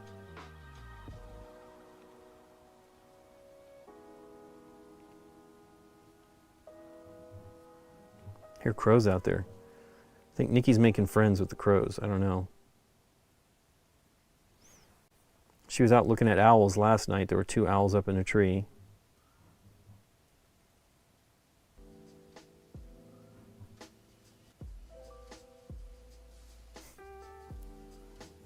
It's going on pretty great.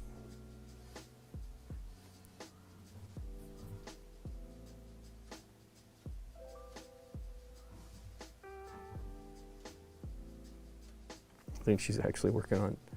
We have, with all the rain and stuff, we have a lot of like low weeds that if you don't deal with them now, they get into being just a mess.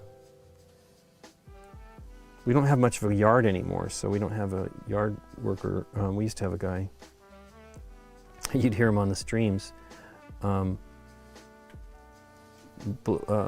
blowing the leaves. I just do it now. We actually don't have as many leaf issues because all the trees have been either trimmed or gone. We have 2 trees that we had trimmed, and it looks like it has messed up the trees, which is unfortunate. You know, you don't want to top them, and they supposedly were doing it right, but we'll see. We got to give them some time. It could be okay. But it's a bummer. We do like the trees. They shade us here because it's hot in the summertime. Not all of the summer necessarily, but definitely in August and stuff. And then October is often another hot month. Just a little bit, the Indian summer kind of thing. Did I just touch that?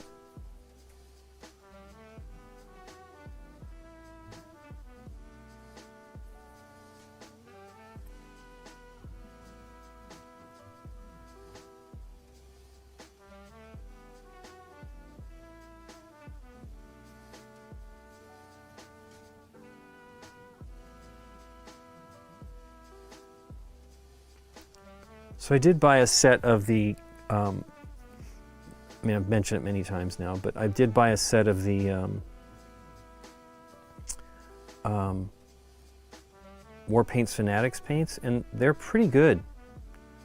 I've had nothing but good results. I don't generally like buying sets, but they had a mega set, which, you know, this is the reason why I don't like buying sets. You get colors you don't care about. But I didn't want to even deal with it. It's not that easy to buy them. They're around. They're almost as prevalent as the Games Workshop Citadel paints, but not quite.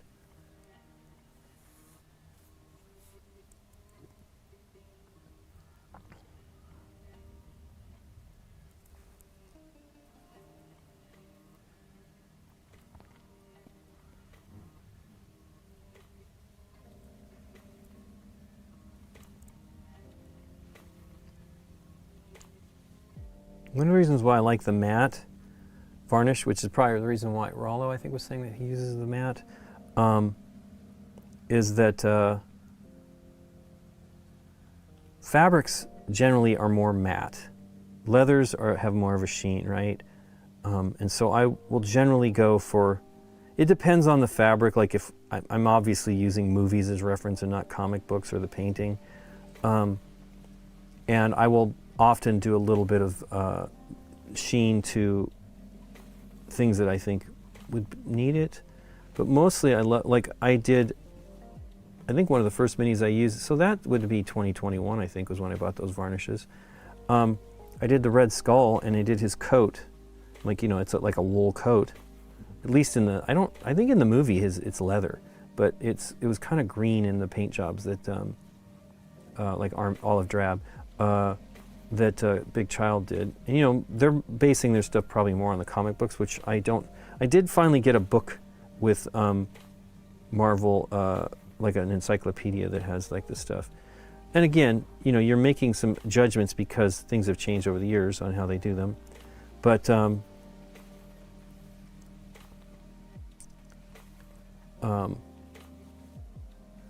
it was amazing looking. Like, it really looked fabricy because of that matte.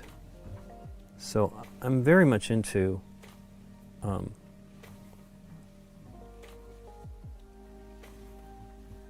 Nikki, it sounds like she's working out there.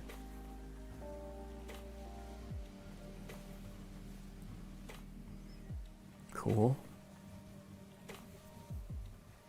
So basically what I do is I just work in layers. I start, this I'm using straight because I want it to be the undercolor of the whole thing. And then I put the next layer on, which is this one, the Imperial Fist Yellow. I didn't worry about that one being full intensity either. I just moved up again a bit on the flames. And then I thinned the red with, not really thinned it, but reduced its intensity with matte medium, not matte medium, with the speed paint medium that they sell. And then I, layered it on, and then a bit, and then did the red in the same manner. Because, I didn't want them super bright. Like the red is really only on the tips of the flames here. And I did go down a little bit, on the edges, but I mostly went with orange. And I mixed, actually it's a bit, like here you can see there's a bit of a red there. That was where I thinned it out quite a bit and put it on there. And I think you get a pretty reasonable result. Airbrush can be really great. I did a combination of this type of thing plus airbrush on the Dormammu hair, and I really liked it. But, airbrush is fantastic, but you kind of you have to deal with the cleanup, and it's a small amount, right? I was doing one, it was like, I'm going to do this and see if I can do it okay on the Mini, and I did it all without any masking. I was very happy with it. So I think I did exactly the same thing. I primed it with a yellow, did the yellow as a base, and then built up the orange and the red. And I think the orange and red were often, I believe I used my Sotar for that. I just was doing the very edge of it with the airbrush. You can get really close. The closer you can get with an airbrush without having problems, number one, if you have the right amount of spray, you're doing small amounts. As long as you don't get it spreading when you spray, it should turn out pretty great. That hair is still in there. See if I can pull it out. It might be obscured by the, I don't have my brush here. You know what I do not have? This is one of the problems here. I have I have a Swedish sponge that I use to, you can see there's some paint on there, but it cleans out really easily. I use this to do the, to clean the brush and wick paints, and I don't have that set up here. This is a problem with this. So that was one thing I did with the red grass, is I was able to mount, I'll show you real quick. I would have the wet palette, and then underneath I would have the lid, and it would have the sponge, Swedish sponge. So wet palette here, Swedish sponge here. I really like that. I can't do that with the lid that comes with the Game Envy. I say. It would be cool if you had like a split palette, so that you could do something like that. Hey, time roller. So the only one we got left to do the yellow on is this one, and then these will dry. It's still pretty wet. This is getting dry.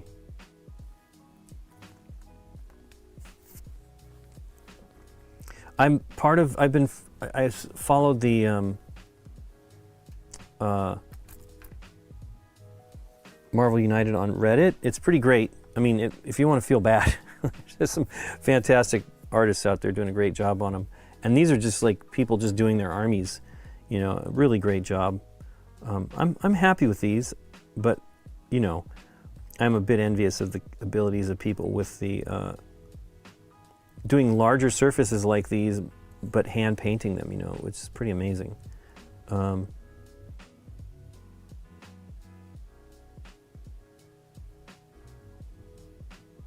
But wow, it's really great. Want some inspiration and stuff, definitely look over there. It's an interesting Reddit too, because there's also people just asking about the game. And I'm there for really the minis.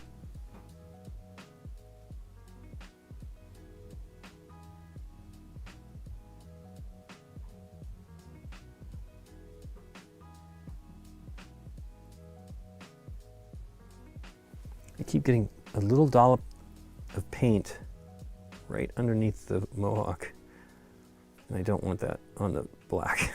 Or this is really a gray. I used the Basilicanum gray, and then gave him black like gloves. All the same. That's actually Basilicanum gray as well.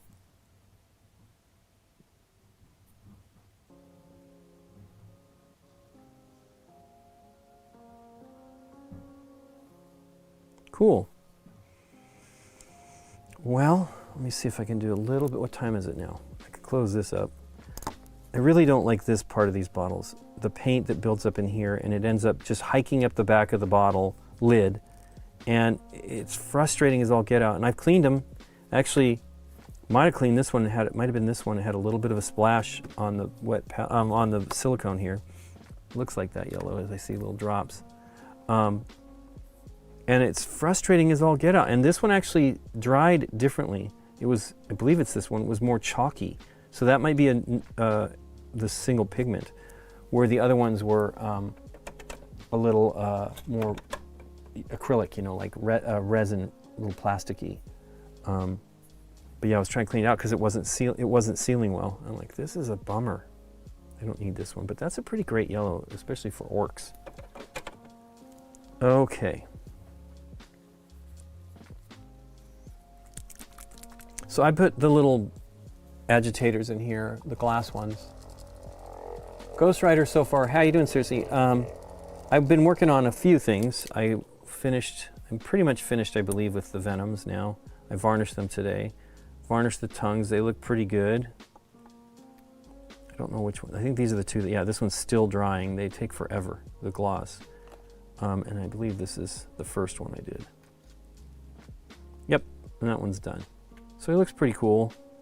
And then I've been working on Ghost Rider, and I want to work on Yondu, but I do not think I'm going to get to it today. Scott painted his Yondu, which was exciting, because he likes Yondu a lot, so, as do I.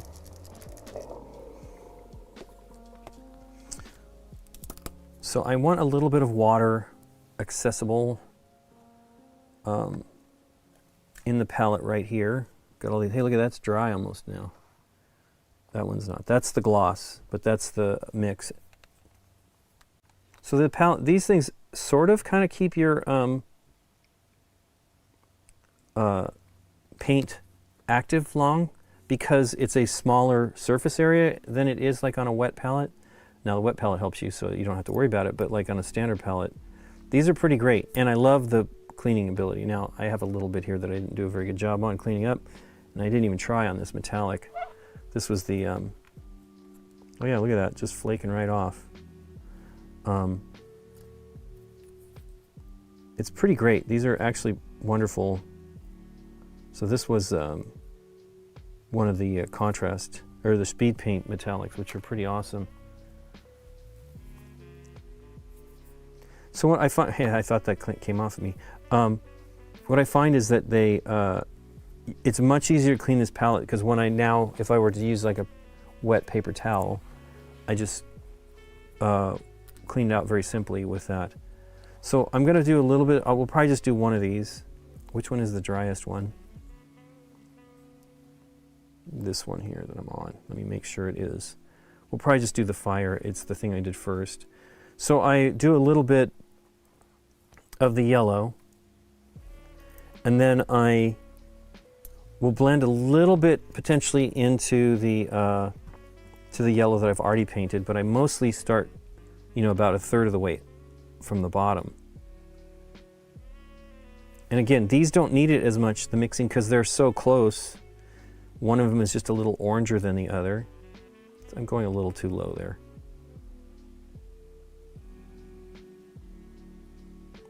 But if I'm having a problem, wow, you should see the rinse water there. It's so bright. I just get a little bit of the water and just push it around. Because I've already got essentially a coat of the white and the speed paint, the contrast paint, so I don't worry about it too much. But you want to let it, in the way I'm doing it, you want it to dry completely. I'm essentially doing kind of like a layering thing, or glazing. You don't want to do it, I just got raked his knuckles with it. But that already looks pretty cool. It's a little bit different. It is kind of, I put a little bit too much water, I think, in there. Where is that paper towel? Goodness gracious. Hitting everything with it. Okay. A little bit too much on this end here.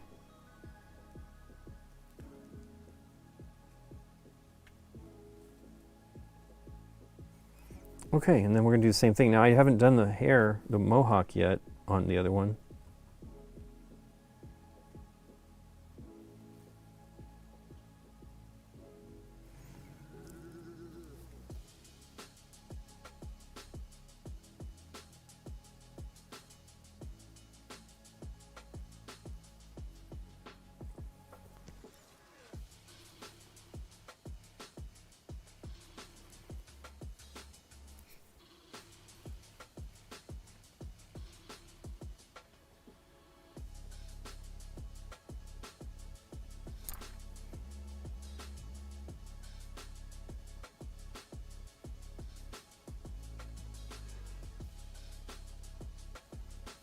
Okay, that's pretty cool.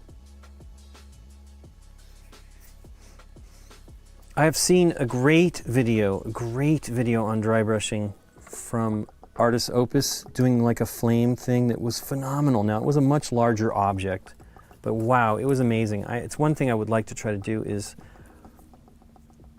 learn that style of dry brushing. It's literally not dry. It's not a lot of paint though. That looks cool. Is the white still okay?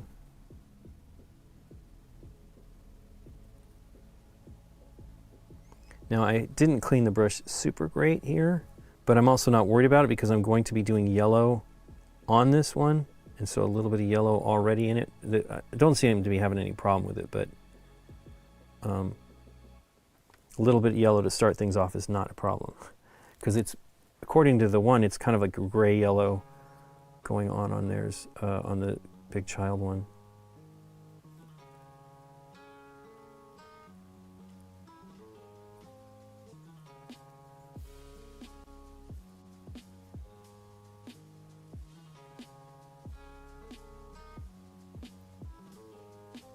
Wow, it looks cool. And the flames are already okay. Now I will wait. Probably won't get to it. Let's see what time it is. 12:40. I got a little more time. Maybe we'll get lucky. Let's work on the second one. Let's see how wet it is. It's pretty dry. It should be okay. The speed paints do kind of dry quicker. You do not want to touch them though if they're damp at all because it will tear the membrane of the paint that you've created. Now it's not going to show up as great on this one because I didn't make this mohawk as white.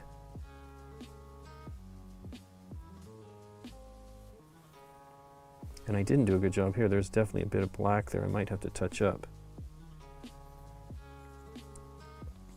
Why am I going to the mohawk first? I should be going to the fire. The mohawk was the last thing I painted. Getting carried away.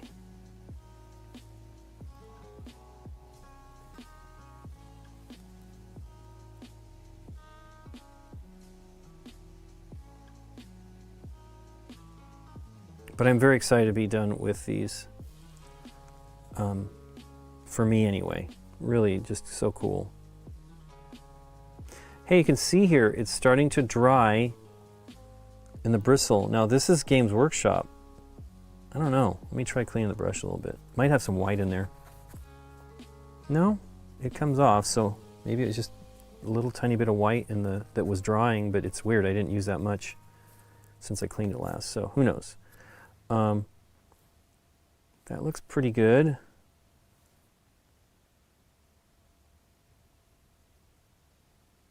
Okay, let's do the flames at the base.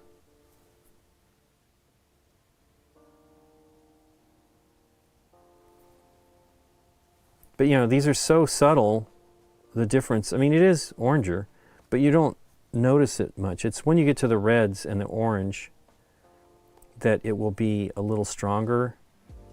Wow, I did not clean that dang hair off. I wanted to get that off. It probably would be covered by the reds, but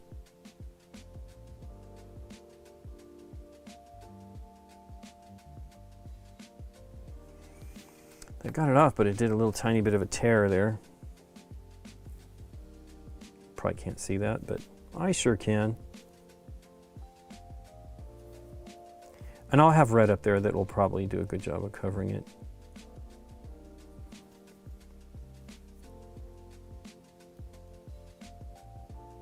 So there I touched it and it it tore it a little bit there. Now again, thankfully this is a light color over a light color and you don't notice it as much, but you don't want to do that. Don't do what I just did.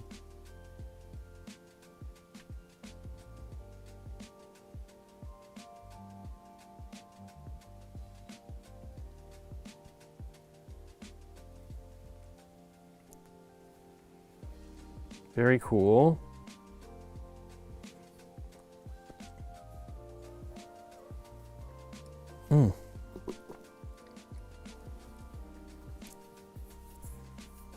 Let's do the last one. It's pretty dry, but I probably won't be putting any color at that point, so it should, but you can see there's a wet spot there. I will try to avoid that.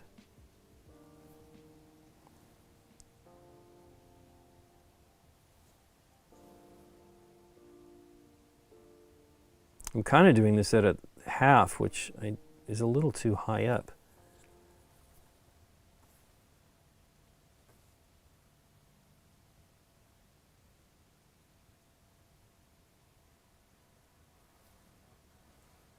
I will definitely do more trying to match some of the swirls of the flames when I get to the orange and the red. Here I'm working it into the deeper pockets of it where it's getting thinner, where the flames will be darker. But it looks cool. Where am I at on this one? Is it dry? It's getting there. So this one, yeah, I think the white, being a little whiter is probably good here, but whatever. In the under coating.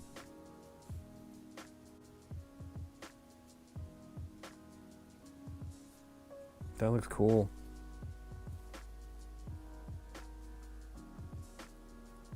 Very, very cool. Well, I probably am done because everything needs to dry. I always remember to get right before the show, then I get caught up with work. Hey, you're doing your best. I'll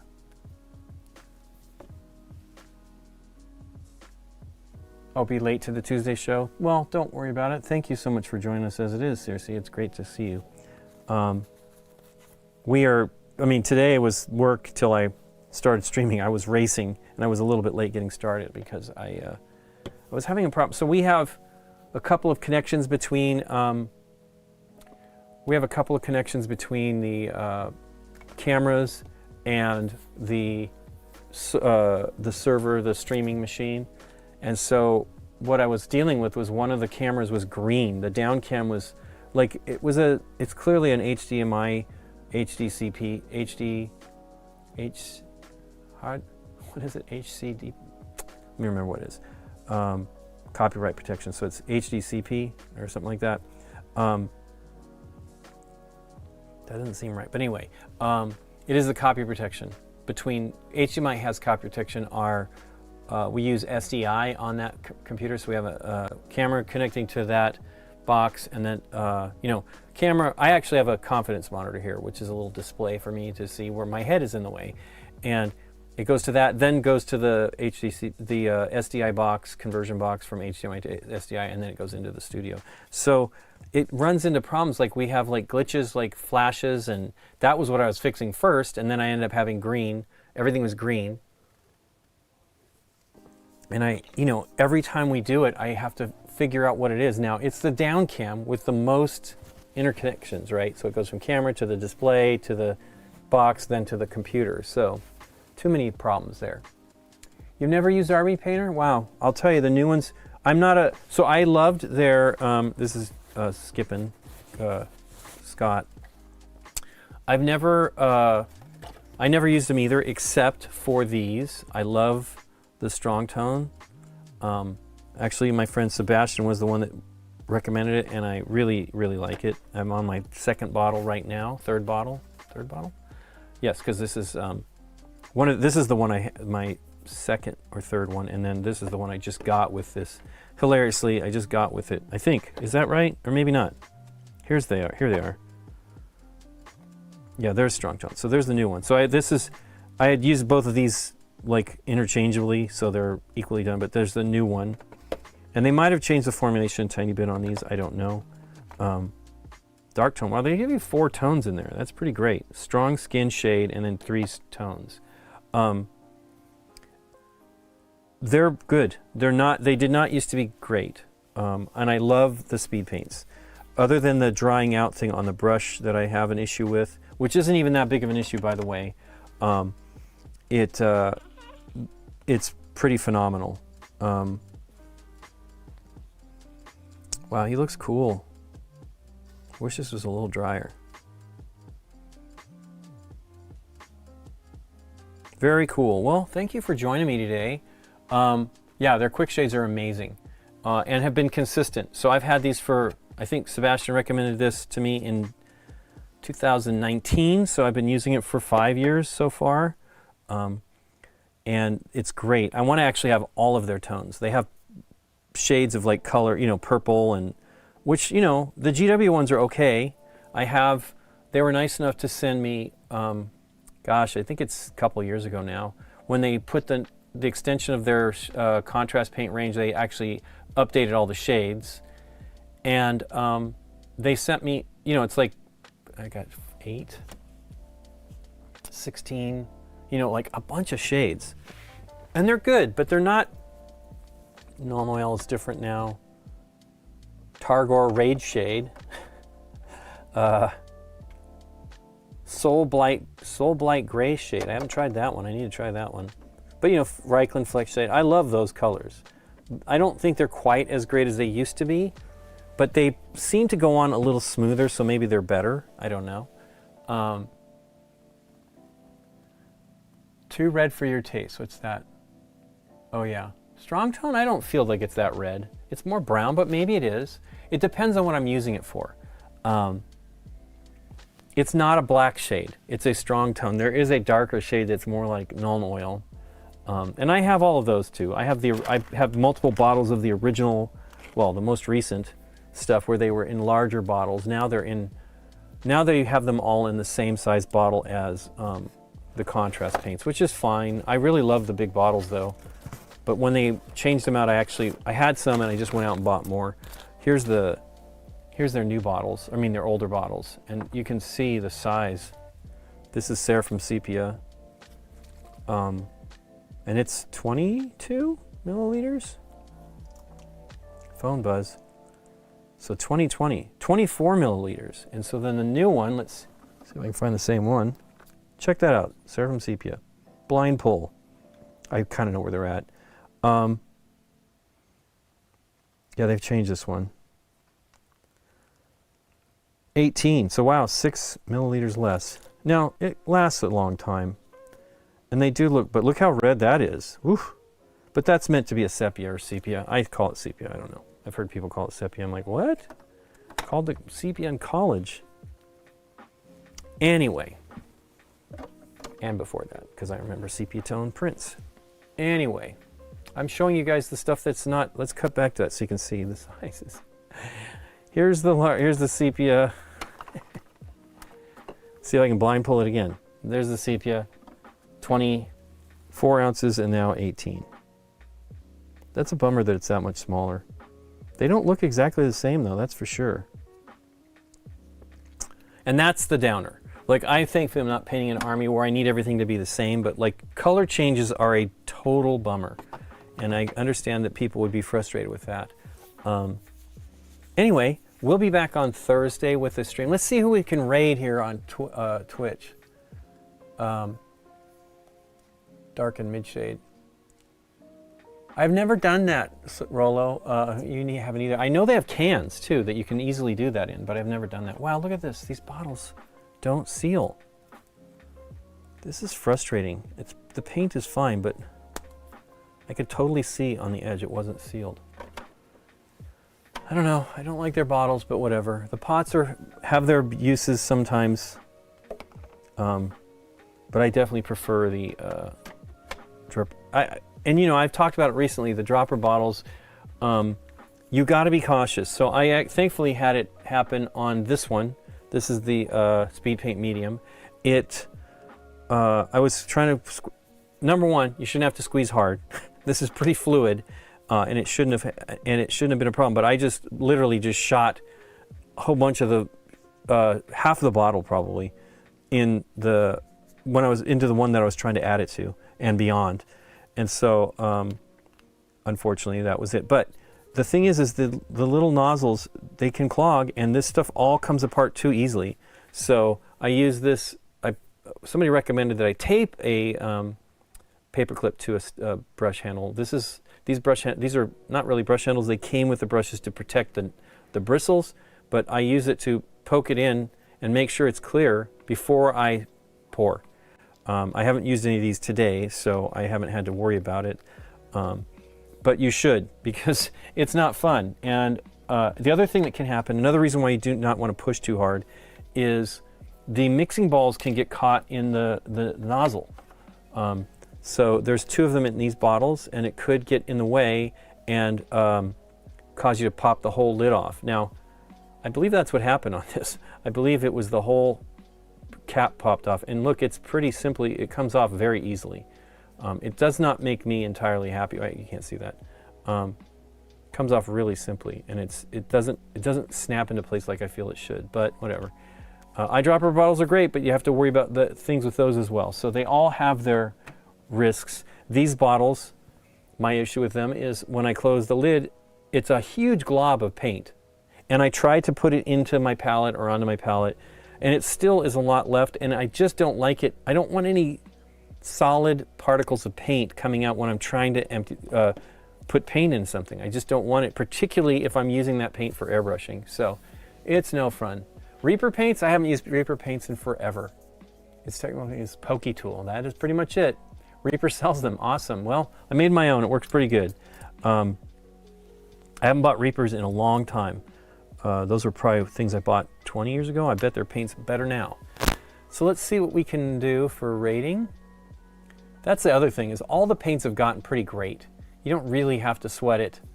I don't think I actually did all this stuff. What a boob. Anyway, wow, did I not do either of them? I think I did on that one. The Twitch one didn't get named properly. Oh well. Probably made it just in time to see you say there. Magic David, it is true. I'm getting ready to go. Is this David? I guess it is. I mean, you got all the little bits in there. Pennsylvania, so it probably is you. I would give away my Reaper if I found someone. I don't use it anymore, other than Nightmare Purple and others. Hey, how you doing, David? But yeah, I am just wrapping it up. I'm actually very much hungry. I've not had any food today, and I am eager to have some lunch with Nikki P.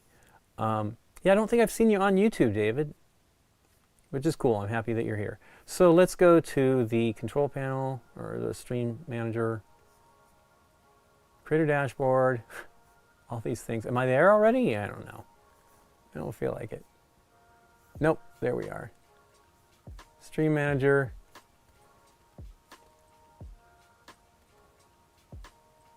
Yeah, I'm happy that you're busy. It's a good time. It's a good thing to be busy. Things are so crazy right now. I like being occupied for sure. Cool. Well, on Twitch, if you want to go on over, I am seeing nobody. There will be Arkham excitement today. I don't know what that is. Board games. Well, it's somebody we follow, so we're going to try them. Say hello for me. Let me see what's the other. Oh, it's Loozapalooza. I think he's playing a video game, though. Let's go to the guy doing Arkham. So it's playing board games. Playing board games is the channel. Let's go rate him and see how it goes. I wish I could hear him. Looks like they may be playing it in... they are playing it digitally, which is fine. Anyway, say hello for me. Wow, can I not raid? We are unable to... Wow. Let me try one more time. Maybe I can't. Maybe we go to Luza. I wish it was somebody doing games, though. Or painting minis, even.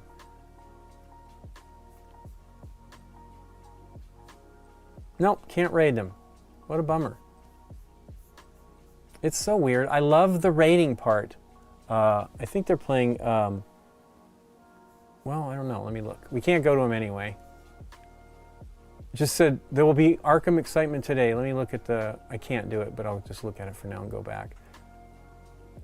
It looks to me like they're playing the car. No, they're playing True Arkham. That's pretty awesome. But they're playing it on maybe Board Game Arena. I find that hard. I'm surprised if that's the case that it's there. Well, let's go raid Luza. I'm sad that there's not more on here. We're having problems. I mean, it's probably in the nature less people are actually streaming. Well, say hello to Dave for me, and we'll start the raid. Looks like he is playing Civilization, so let's see how it goes. Epic Duck is a great guide channel. I haven't seen that one. Well, we're gonna raid this one. I'm sorry, but I'll look into it and maybe we'll follow them. Is it raiding? I don't know. Okay, we got raid now. I'll look up Epic Duck though. Thanks, Scott. It is a great character, Michael. I mean, YouTube is still with me here. Cool. Anyway, well, thanks for joining me, YouTube folks, as well. I love this guy. Let me cut to the table. We'll go a little bit longer for the people so you can see him. He looks pretty awesome. I'm not done by any stretch of the imagination yet, but I love the flames. It's a pretty cool mini, and I'm eager to actually finish him up. And so I'm actually on my last 3 minis, actually 2 now because this is done. I finished Venom today, so all 3 of them are done. They need to dry a lot. The varnish is fresh before I put them in any kind of storage.